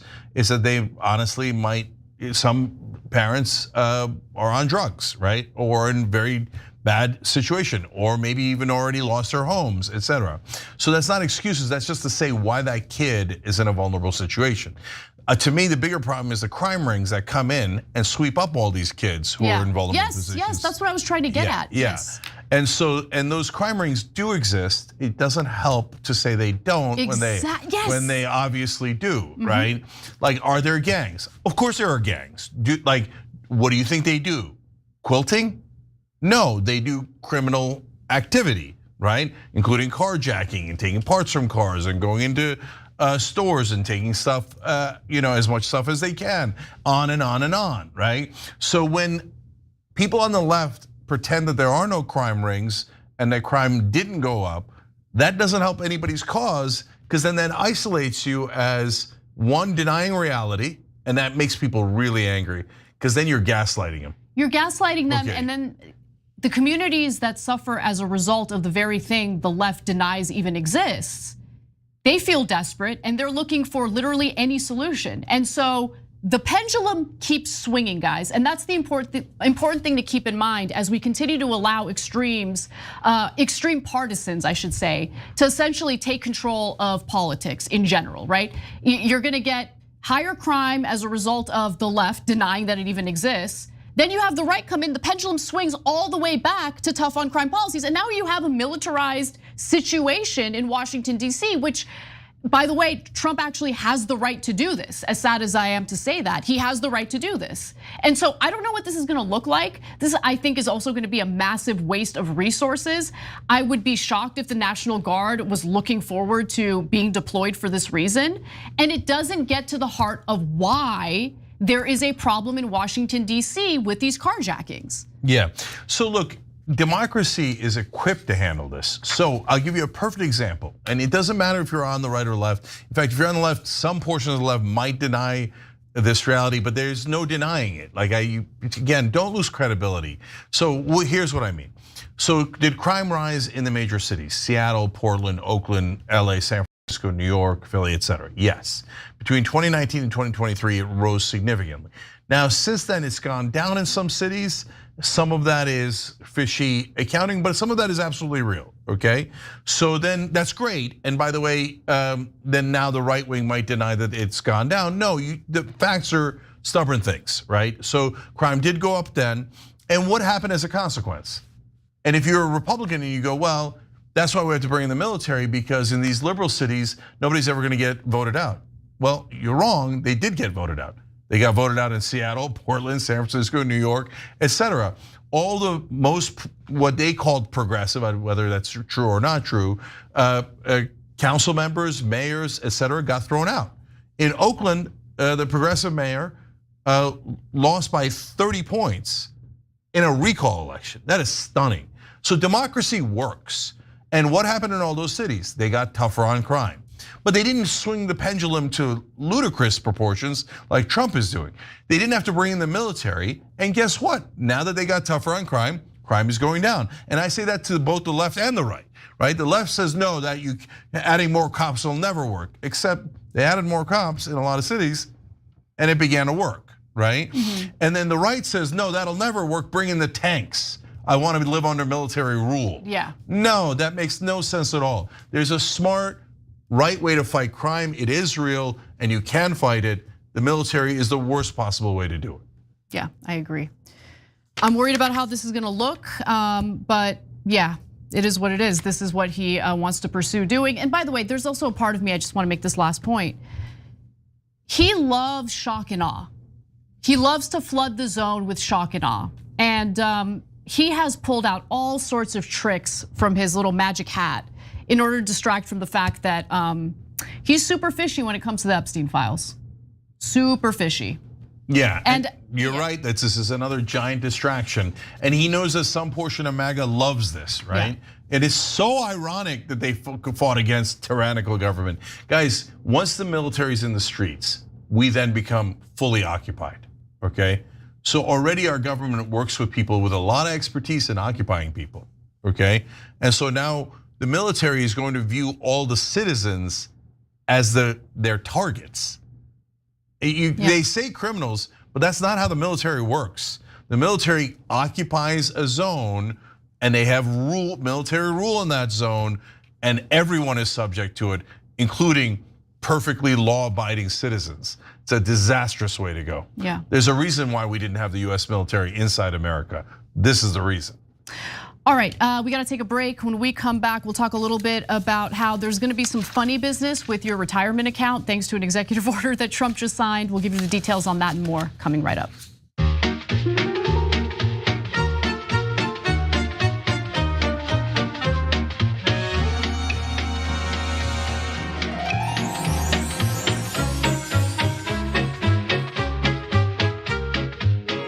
All right, let's go to YouTube members. Remember I just told you Average Gaming signed up. They wrote in, love you guys. I subscribed today because we desperately need voices like yours to connect us. Thank you, I appreciate that, we all do. And it's not just a matter of appreciating you guys. Yeah, you get all of our content, but on top of that, guys, you're helping us stay alive and be able to do brave, what we hope is brave reporting and truth telling with all the mealy-mouthed mainstream media, etc. Doing what they do, and I'm proud that we led on this, and that we led on it on the issue of Israel and Gaza and the Epstein files. We led on it during Biden and Trump. We led on it based on the facts, not based on partisanship. A lot of people took a long time to get there. I'm glad they're there now. I love that they're there now. But look out for the people who've been telling you the truth from day one, and not based on some BS partisan games, but on actual reality. Derek writes in, proud to be Australian, our Prime Minister will in September recognize in the UN that there should be a two-state solution for the Gaza conflict and there should be a Palestinian state. Here, and God bless the Irish. They're doing a lot. The Irish Prime Minister, I believe, or President, it escapes me right now, I'll look it up, but said maybe we should do a military intervention to feed the Palestinians. Wow. Okay. That is hot. Yes, and they should. I mean, if you have a brutal genocidal regime that is starving 2 million people to death, you got to do something about it. I mean, I don't know if Israel will threaten to nuke Ireland, but self-defense. Yeah, sure. Kevin Shea says, Anna looks gorgeous as usual. Cenk, not bad either. Oh, okay. Okay, I'll take it, Kevin. Christina Elisa Brown doubles down and says, Anna does look gorgeous. Tom from Oz says, can we remove Israel's statehood? You mean from America? Brother, they're not the 51st state. We're the colony of Israel, not vice versa, okay? Michael Lamount Sr. says, how can anyone at this point actually support Israel's actions? It's a good question. And you know what they would say to that? What do you mean? Every good person should support Israel, otherwise you're all hateful people. You hate beloved Israel for just doing a genocide. What's the big deal? I'm an American. Yeah, just starving babies to death. You're a hateful person. It's not because you care about children, it's because you hate Jews. They say ludicrous, and deeply offensive crap like that every day. Sorry, Anna, what were you gonna say? No, I was just gonna say, I'm an American, okay? I'm not obligated to like any country, but I love my own, and that's all that matters, period. Yeah. Why do I have to love a foreign country? Yeah, what obligation do I have to Israel? What a weird thing. Or you have to love Turkey. If you don't, you're a hateful racist. Give me money, okay? Why? Any other country does it, they look ridiculous.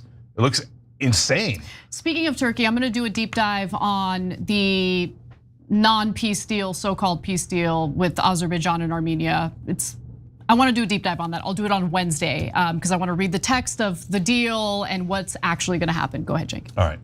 Nomadic Bloom says, hi everyone, I'll post about this soon in Operation Hope's discussion board, but I'm putting together a map about how much congressmen take from the Israeli lobby. I love that you're participating in doing something positive, thank you. 0083 says, Cenk, Anna, this is obviously a foreign intelligence operation in plain sight. Where's the FBI? Aren't they supposed to be protecting us from this?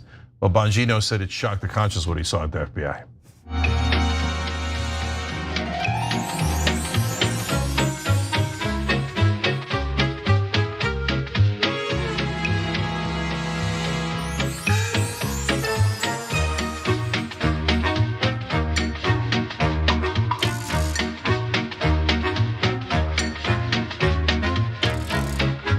All right, back on TYT, Cenk and Anna with you guys. In the midst of all this bad news, we do have Bradley Seeley, a YouTube member, writing in, Anna Kasparian's hair is so on fleek today. It is on fleek today. I didn't even have time to really brush it. I was so busy, but okay. Thank you. All right, so that's your moment of levity in the show. All right. No, there's gonna be other moments of levity. I know it's been a heavy show so far. See, now you jinxed it. That's because you started playing around with it. I know. You leave fleek alone. Okay, the back scratching story. I can't wait to talk about that. It's probably gonna end up in the bonus episode though, because we're not pacing well. We're not pacing well, Cenk. All right, let's do the next story. Go. At the moment, a lot of people are not allowed to put those into retirement vehicles and other types. What it's doing is denying people sort of a better retirement. But then, if you were listening really closely, came the admission about what Schwartzman's real goal is. If there's a change in that area, that becomes a huge opportunity for the firm.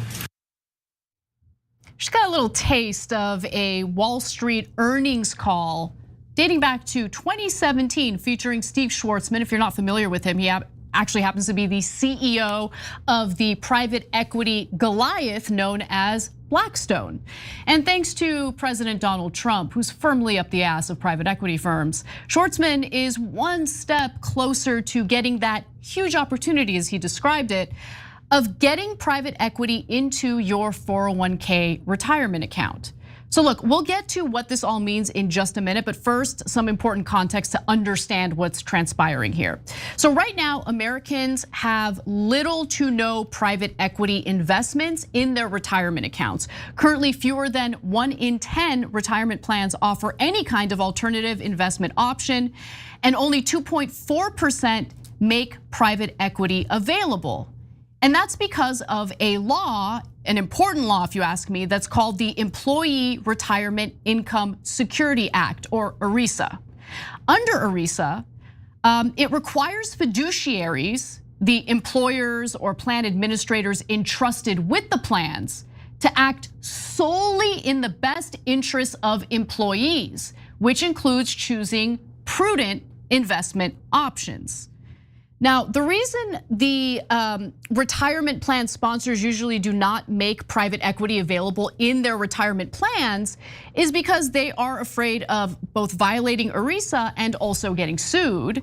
And on top of that, private equity investments are actually riskier than the stocks and bonds that make up the typical retirement account.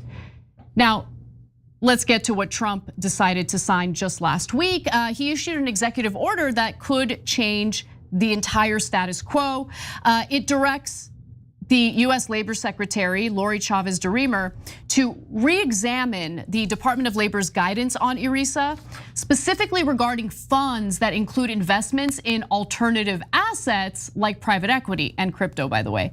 So the Labor Department oversees the retirement plans, and Trump's executive order, as it reads, says that the secretary shall prioritize actions that may curb ERISA litigation that contains fiduciaries' ability to apply their best judgment in offering investment opportunities to relevant plan participants. In other words, retirement plans, like sponsors for these retirement plans will be allowed to include those riskier alternative assets thanks to protections against getting sued. Yeah, so if you read anything about the 2008 crash, Big Short, the book, it's actually really good. It's a very interesting read and tells you all the facts of what happened. What you see clearly there, or any other reading you do around that crash, is that they viewed the pension funds as the suckers at the table, right? So there's a lot of Wall Street sharks, and they think, look, the guys running the 401ks, the pension funds, etc., they didn't get to go to the top Wall Street firms. They're lower level finance guys, right? The guys on Wall Street get paid a ton of money. These guys get paid mediocre money, okay? And so they want to be in with the big boys, and the big boys go, oh yeah, come on, we'll take you to dinner, you're amazing, you might work for us, okay? And they grease them up with vacations and conferences and promises of a job, and sometimes they do deliver on a promise of a job. Because if the guy delivers a $10 billion account to you or a $200 billion account to you, giving him $1 million or $2 million per year is no big deal, right? To get that money. So, and they do that revolving door, etc. So guys, they're gonna take these guys and all of us, they're gonna fleece us. They're gonna, and so here's another giant problem. Once they start investing other people's money, so like when they're due, for example, in private equity, where do they get their money? And there are a bunch of different places, but one of them is family funds. If you don't know what family funds are, those are the super rich families that have been around for a long time, and they've actually accumulated a ton of money. You guys never hear about them, but they exist throughout the world. It has nothing to do with anybody's religion or anything like that. It's incredibly diverse. It has every kind of person in there, but it's super rich families, right? But they're vigilant about their money, right? So if private equity takes too much risk, they go, whoa, whoa, whoa, whoa. And they'll take it from one place to another, and they're always looking at it, which makes sense. That's what I would do. That's a logical thing to do. 401ks, retirement funds, pension funds, etc. They don't care. It's not their money. Exactly. Right? So then the bankers go, now I get to play with this money. Exactly. And I get to take bigger risks because nobody's minding the house. Because why take bigger risks? Because it's bigger return for them. So they're playing with your money. It's like going to Vegas and saying, okay, here's $10,000 of someone else's money, and you get to keep 20% of what you make, okay? Well, then what are you gonna do? You're gonna gamble as much as possible to have that 20% be higher. Because if you lose the money, it's not your money, it's their money, right? So that's why they take huge risks. That's why we crashed in 2008. This is a recipe for disaster, and then they sprinkle in cryptocurrency. Yeah, exactly. I mean, oh my God, you're gonna put this stuff in crypto? So I have a question, Cenk, because you're an employer, so I think you might be able to shed more light on this than I understand. So would it be possible for the employer to decide against, retirement funds that include, cryptocurrencies or private equity? So look, I don't handle that at the company, somebody else does. But I imagine that a company can make its own decisions. I don't know why you'd be forced into it, right? But again, they're gonna look for suckers at the table, and they're not gonna look for tiny little companies like this. They're gonna look for giant companies. Of course, yeah. And they're gonna look for employees that have no choices, public employees, etc. Guys, but here's the other problem they're not getting. I know it's infinite greed, precious, right?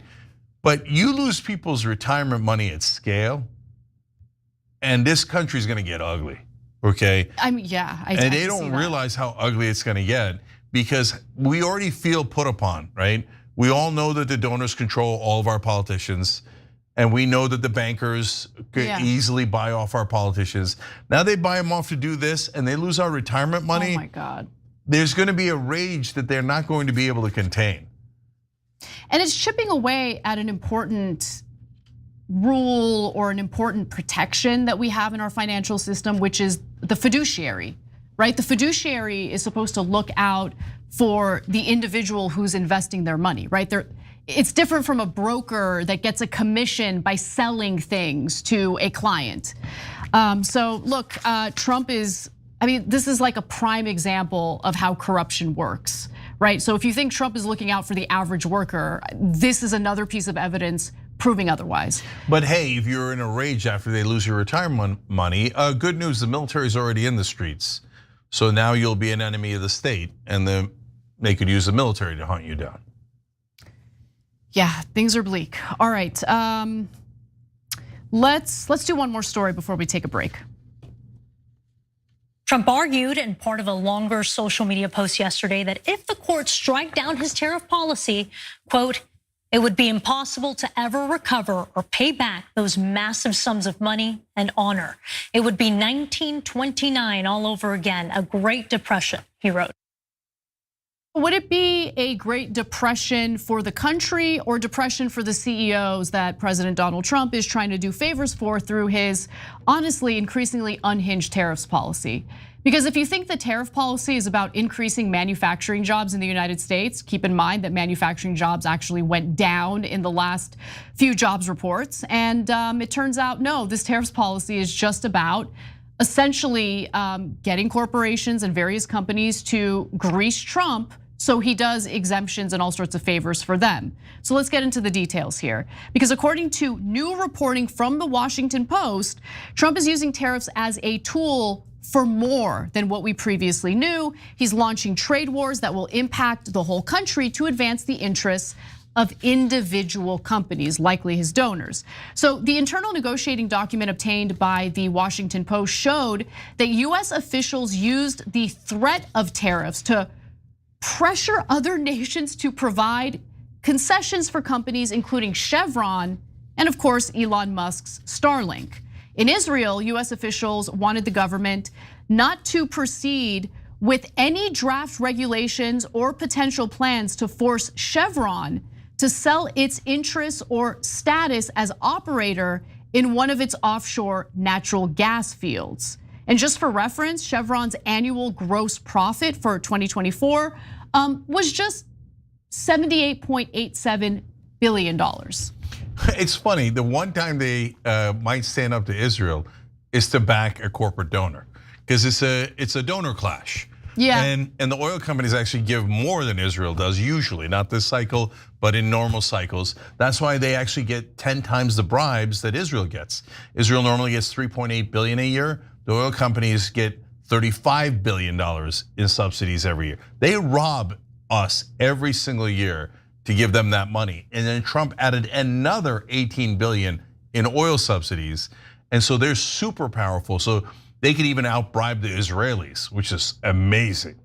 No, I mean, it is amazing, but also that example that I just gave you kind of shows you that the American government is willing to play hardball with Israel. Yeah, as long as there's other donor interest in mind. So it again has nothing to do with religion or governments, etc. It's just a matter of pure corruption, right? Whoever can bribe our politicians the most gets everything they want, all at our expense. So in Lesotho, the poor African country that Trump had threatened with 50% tariffs, negotiators wanted the government to finalize deals with multiple US firms.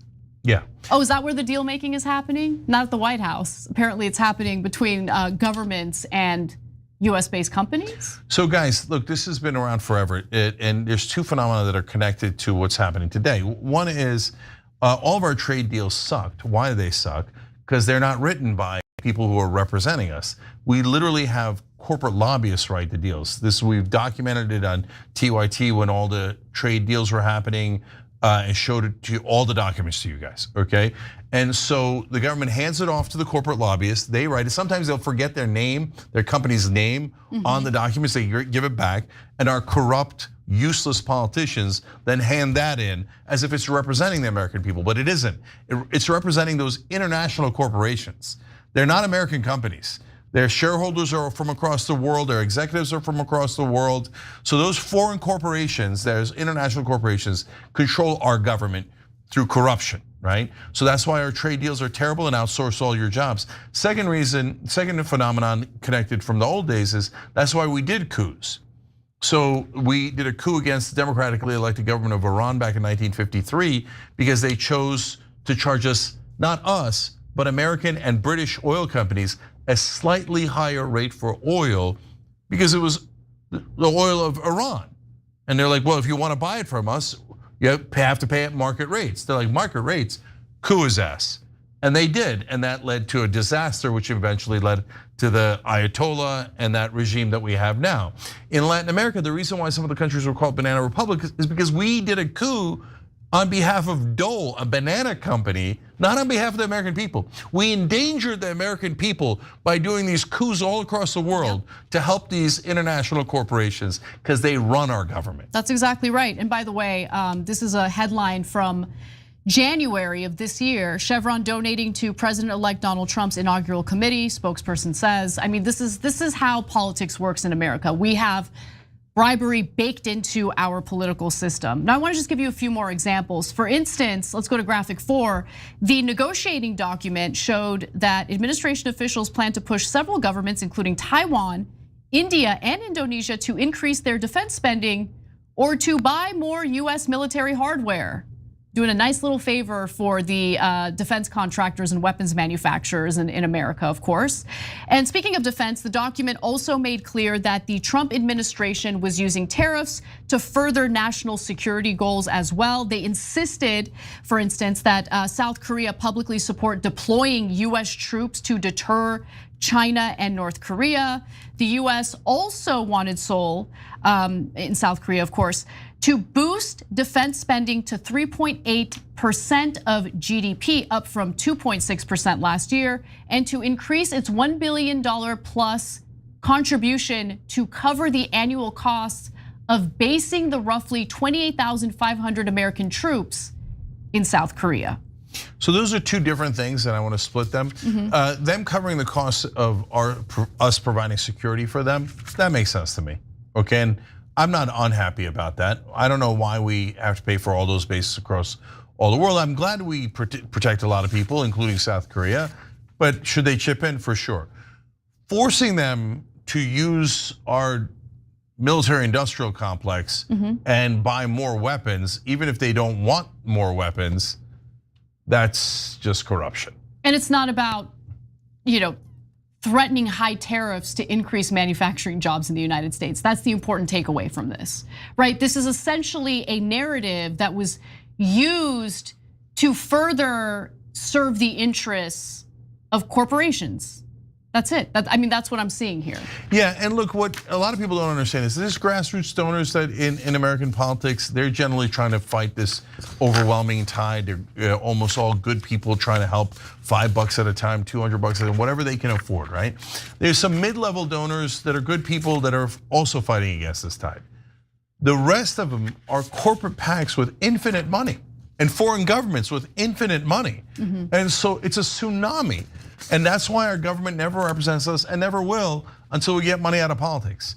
And that's why it just frustrates me so much that the rest is just gobbledygook. Like you're never gonna represent you on any of these, on the trade deals, on forcing other governments to use our military industrial complex and our oil companies, etc., on subservience to Israel and whoever else funds our politicians. All of it is money in politics. Fightcorruption.us. Fightcorruption.us. That is a genuine group. That's Wolfpack trying to get money out of politics. They don't give a damn if you're a Republican or a Democrat or independent. Go help them. If you don't get money out of politics, our government's never going to work for us, and the robbery is going to continue for the rest of our lives. Partisan hackery when we return.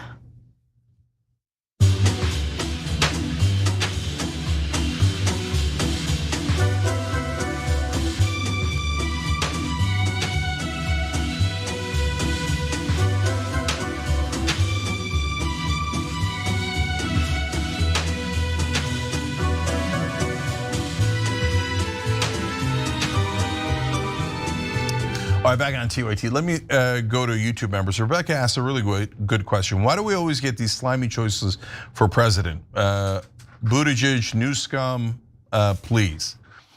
So there's actually a very good and literal answer to that. Number one, they raise a lot more money. And so then number two, the press comes in and goes, oh my God, they have the most corporate donations. They're the leading candidates. Everybody, you should vote for one of them. They're the leading candidates. They're leading so much. They're amazing. They're number one and they're number two. Oh, that's your choices. And then if you go, well, here's an outsider, and they actually raise a decent amount of money too. And it's actually from the grassroots, which is more impressive. They're like, oh, no. Radical outsider has no chance, can't win. Uncivil, can't win, can't win. Mamdani, I know this is a local mayoral race, but I think the treatment of Mamdani by the status quo Democratic Party is a good indicator of what you're talking about. Yeah, definitely. So American media's job is not to give you the news, it's to lie to you into compliance. So you elect Buttigieg, who will go, oh, there was nothing I could do. I had to give Israel all your money, and I had to give the oil companies and the drug companies all your money. There was nothing I could do, and the press will be like, bravo, he was corrupt in 6 different languages. Okay, Joshua Childers says, I would love it if you had Marjorie Taylor Greene back on to discuss AIPAC. I think that would be an interesting conversation. I agree. Yeah, I agree too. And when we had her on, we were, we were attacked by others saying, how dare you? She doesn't really mean it in opposing Israel. Guess who was right and who was wrong? I know, I hate saying it, but I mean, you gotta, at some point, people gotta wake up and go, oh, right, maybe these guys have been right a couple of times. No, she was genuine in criticizing Israel. And now AIPAC's number one enemy. They're split between Massey and Marjorie Taylor Greene on who they hate the most. In fact, I'm gonna go back to TYT.com for a second, because Eclectic makes such a great point. He said, I'm so pissed at Democrats. Why do we have to look to the likes of Matt Gaetz and Tucker Carlson to find people who actually tell the truth about AIPAC and Israel? Democrats should be screaming from the rooftops to stop the genocide instead of falling to their knees to service the war criminal masters. I mean, that is so true. You got Ro Khanna, and he's doing a great job, and a couple of others, and etc., right? But outside of that, I mean, we're having to rely on Marjorie Taylor Greene and Matt Gaetz to tell the truth about AIPAC. It's really sad. The Democrats are in terrible shape. Anyways, 36 Chambers Dragon says, I truly love you, Cenk and Anna and TYT hosts. The horrible things you have to report on must hurt every day. I'm so thankful you're also able to bear the burden of going through all this horrible crap to present to us. Your strength gives me strength. Keep up the amazing work you do. You're the best. Thank you for saying that. We appreciate it. Thank you. And we do get attacked nonstop by every quarter. And now I'm beginning to wonder, like, are some of the people attacking us, was that real? Or was that some sort of like No, it was real. prop? It was definitely real. Yeah, some of it, a lot of it was definitely real. I was a very naughty girl. No, because now some of the agitprop. No, seriously, guys. Some of the people pretending to be leftists now, some of them are, all of them are real for sure. But some of them pretending to be leftists have the same exact talking points as Israeli bots. Yeah, no, that's real. That's definitely real. Yeah, I'll so talk to you about be that careful off about camera. who's leftist. Yep. We'll be back.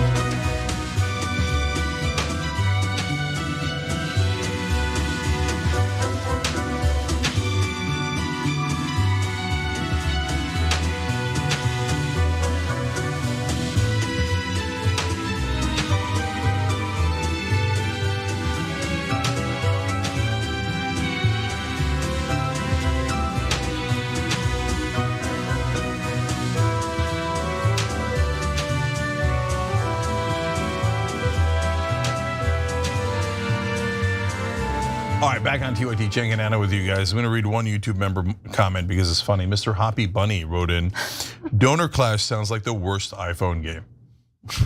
Indeed. But that's what, at the end, that's all it's gonna be. It's the different donors playing against each other and we're all the pawns. Yeah. And the piggy bank. All right, what's next? Oh, we got some Epstein updates. Let's get into it.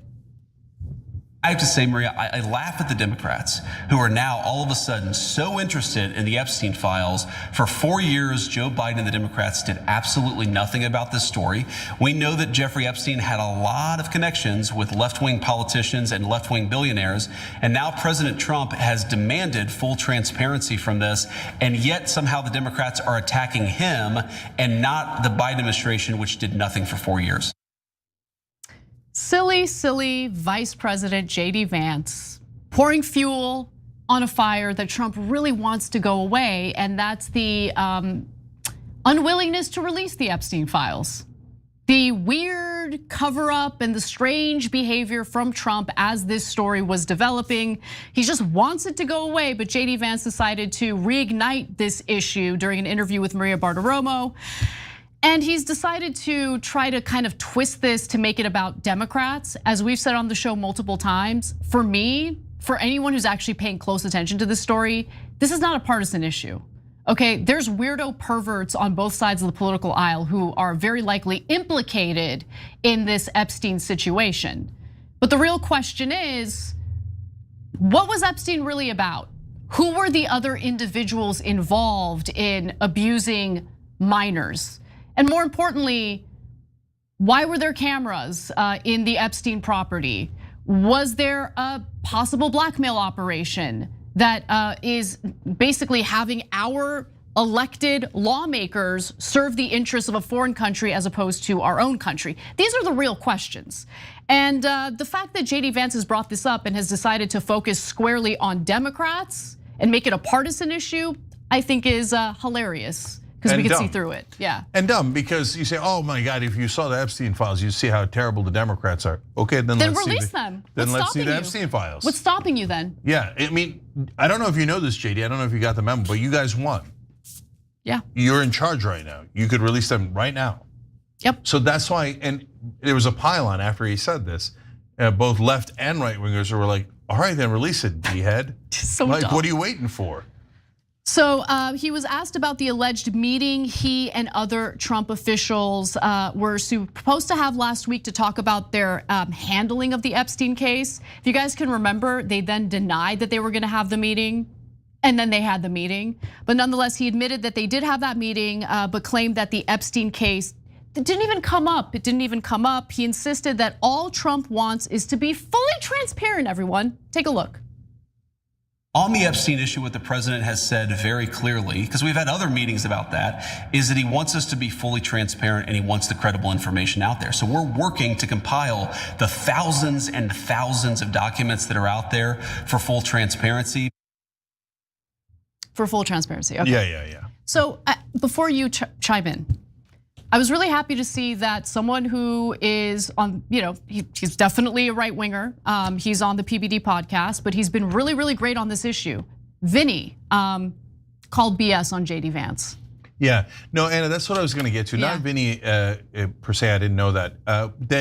There is great news in this because it's this Epstein file thing is making a lot of people on the right, a lot of people who voted for Trump, realize, oh, Trump and the guys I like might also be full of crap. And so that's a tough thing, because once you're dug into a position and you formed your identity around it, right? It gets tough to say, yeah, but Joe Biden is too old, right? That was tough for the Democrats, okay? So now for the Republicans, it's tough for them to go, I thought Trump was the hero who was gonna be the populist and save us, but it turns out he's also full of crap. But you know what? That's a super tough thing for either side to do. It is. And now they're beginning to do it, both sides. But I have to say that the silver lining in all of this is to see that people are actually way more committed to their values as opposed to the cult of personality that is Donald Trump.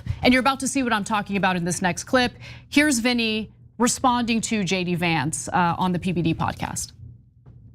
Unless something really major happens, this is gonna go down for Trump's second term as the biggest scandal. This entire situation, I get what JD Vance has to do, Pat, and say, the talking point is blame the Dems, but the Dems weren't the one promising that all this stuff was gonna get released, okay? Ghislaine Maxwell, who's convicted of child sex trafficking, okay? On top of conspiring to recruit and groom underage girls and all that stuff, okay? She sat down for 9 hours with Todd Blanche, okay? You guys know who Todd Blanche is? No, he's a deputy attorney general now. Guess who he used to be? Donald Trump's personal lawyer. So, okay, so you sent Donald Trump's old lawyer to go sit down with her, no cameras, no lie detector, no, just a closed door conversation. And we're supposed to believe that she just said Donald Trump wasn't on there. Okay, Trump wasn't at Epstein Island. I don't think he was on the island, but there was many other instances where you could be hanging out with Jeffrey Epstein and something crazy could have happened. No, that's someone who's thinking critically about this whole situation, right? The Todd Blanche point was a very great point, a point that we've made on this show as well. It seemed to kind of feed into the reality that it's just more of a cover-up than anything else. Yeah, so look, the reason I brought up the Biden thing is because that was a seminal moment for a lot of Democrats. Not all Democrats, there's still a lot of Democrats who hold on to Biden would have won, Kamala ran a perfect campaign. So that exists, that cult still exists, right? But for tons of Democrats, and I would say now the majority for the first time, people are like, okay, now I get it. It turns out our leadership can also lie to us. It's not just Republicans who lie, Democratic leadership lies too. They all told us that Joe Biden was totally fine, and it turns out he can't even speak, right? So that bursts the bubble in a positive way. Epstein files is the equivalent of that for the right wing. So there's people going, look, you asked me to believe you on 100 things, and you said everything that was against you was fake news. And I went along with you on every one of those. But now you're telling me the guy that you were best pals with for 15 years, and you guys have said you were best friends in 18 different ways, that we have 1,000 pictures, 1,000 videos, you're all over the Epstein files, and then you say that you're for full transparency in that JD Vance clip. Full transparency, you literally told us that there were no clients. I know. There was no list, no file, that there weren't even any clients, and you were never going to prosecute anyone. And now you tell me that that's full transparency? Nah, that's not transparency at all. I mean, to think you're full of crap. There you go. Of course. Politicians are full of crap. Okay, second Vinny video, because it's just, I love to see this happening. Let's watch. Did he ever hang out at Epstein's house? Or was he at a party where Epstein are there and maybe they recorded something? So you're fully at the place where you're speculating that Trump might be tied to it. Pat, because of the way that Trump and the administration and everybody's acting right now, you're acting guilty. You know what I mean? You're acting guilty. All the footage of the thing that they released that has 3 minutes missing. It's like the biggest bot, they botched the whole thing up. Okay, Trump should have just came out initially and said, you know what? Bongino and Cash-Patel, they're all full of crap. That's what he should have said. Instead of saying, no, it's the Democrats, just like how they did with Russia collusion. It has no correlation to Russia collusion, okay? And the reason the Dems didn't release anything, PBD, because Bill Clinton is one of the biggest ones. His name is plastered all over it. And it appears that so is Trump's. So for instance, Bill Clinton obviously did have ties to Epstein. We all know that. But just for the record, his spokesperson said in 2018 that Clinton had never visited the island. You can choose to believe that or not. I personally am not gonna believe what a spokesperson says. I'd need to see some evidence, but Trump didn't either. But he also flew on Epstein's plane. The two were best friends, according to Epstein. But JD conveniently left that part out of his whole spiel there. And so, look, the reason why Trump didn't say to Kash Patel and Bongino, release the files and be done with it, is because clearly he's worried about being, implicated in the Epstein files. That's the only way to read this. Yeah, so here's my new rule. If someone is associated with Epstein, and the government hasn't released their files, assume they're guilty. Assume they're all guilty until we get the files. If you want to prove that you're innocent, then great, release them, okay?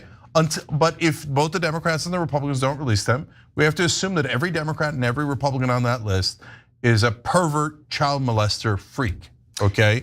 And you can't say that about Democrats. Oh, goddamn right I can. Yes, I can. So do I think Bill Clinton and Donald Trump did it? Probably. And if they don't want people thinking that, they should release the goddamn files. I agree. And finally, the only person who seems to not want to cover anything up is Thomas Massie, who announced this on X today on September 3rd at 10:30 a.m. Eastern time. Ro Khanna and I will be hosting a press conference at the Capitol, joined by survivors of Epstein and Maxwell's abuse, several of whom will be speaking out for the first time. The survivors deserve justice and Americans deserve transparency. What a stud, what an American hero. Thank you for doing that, but both to Massie and Khanna. It often feels like they're the only two people working in Congress. I know. So thank you to Massie and Khanna for actually representing Americans and not caring about partisanship, but caring about the voters. They seem to be among the very few who do.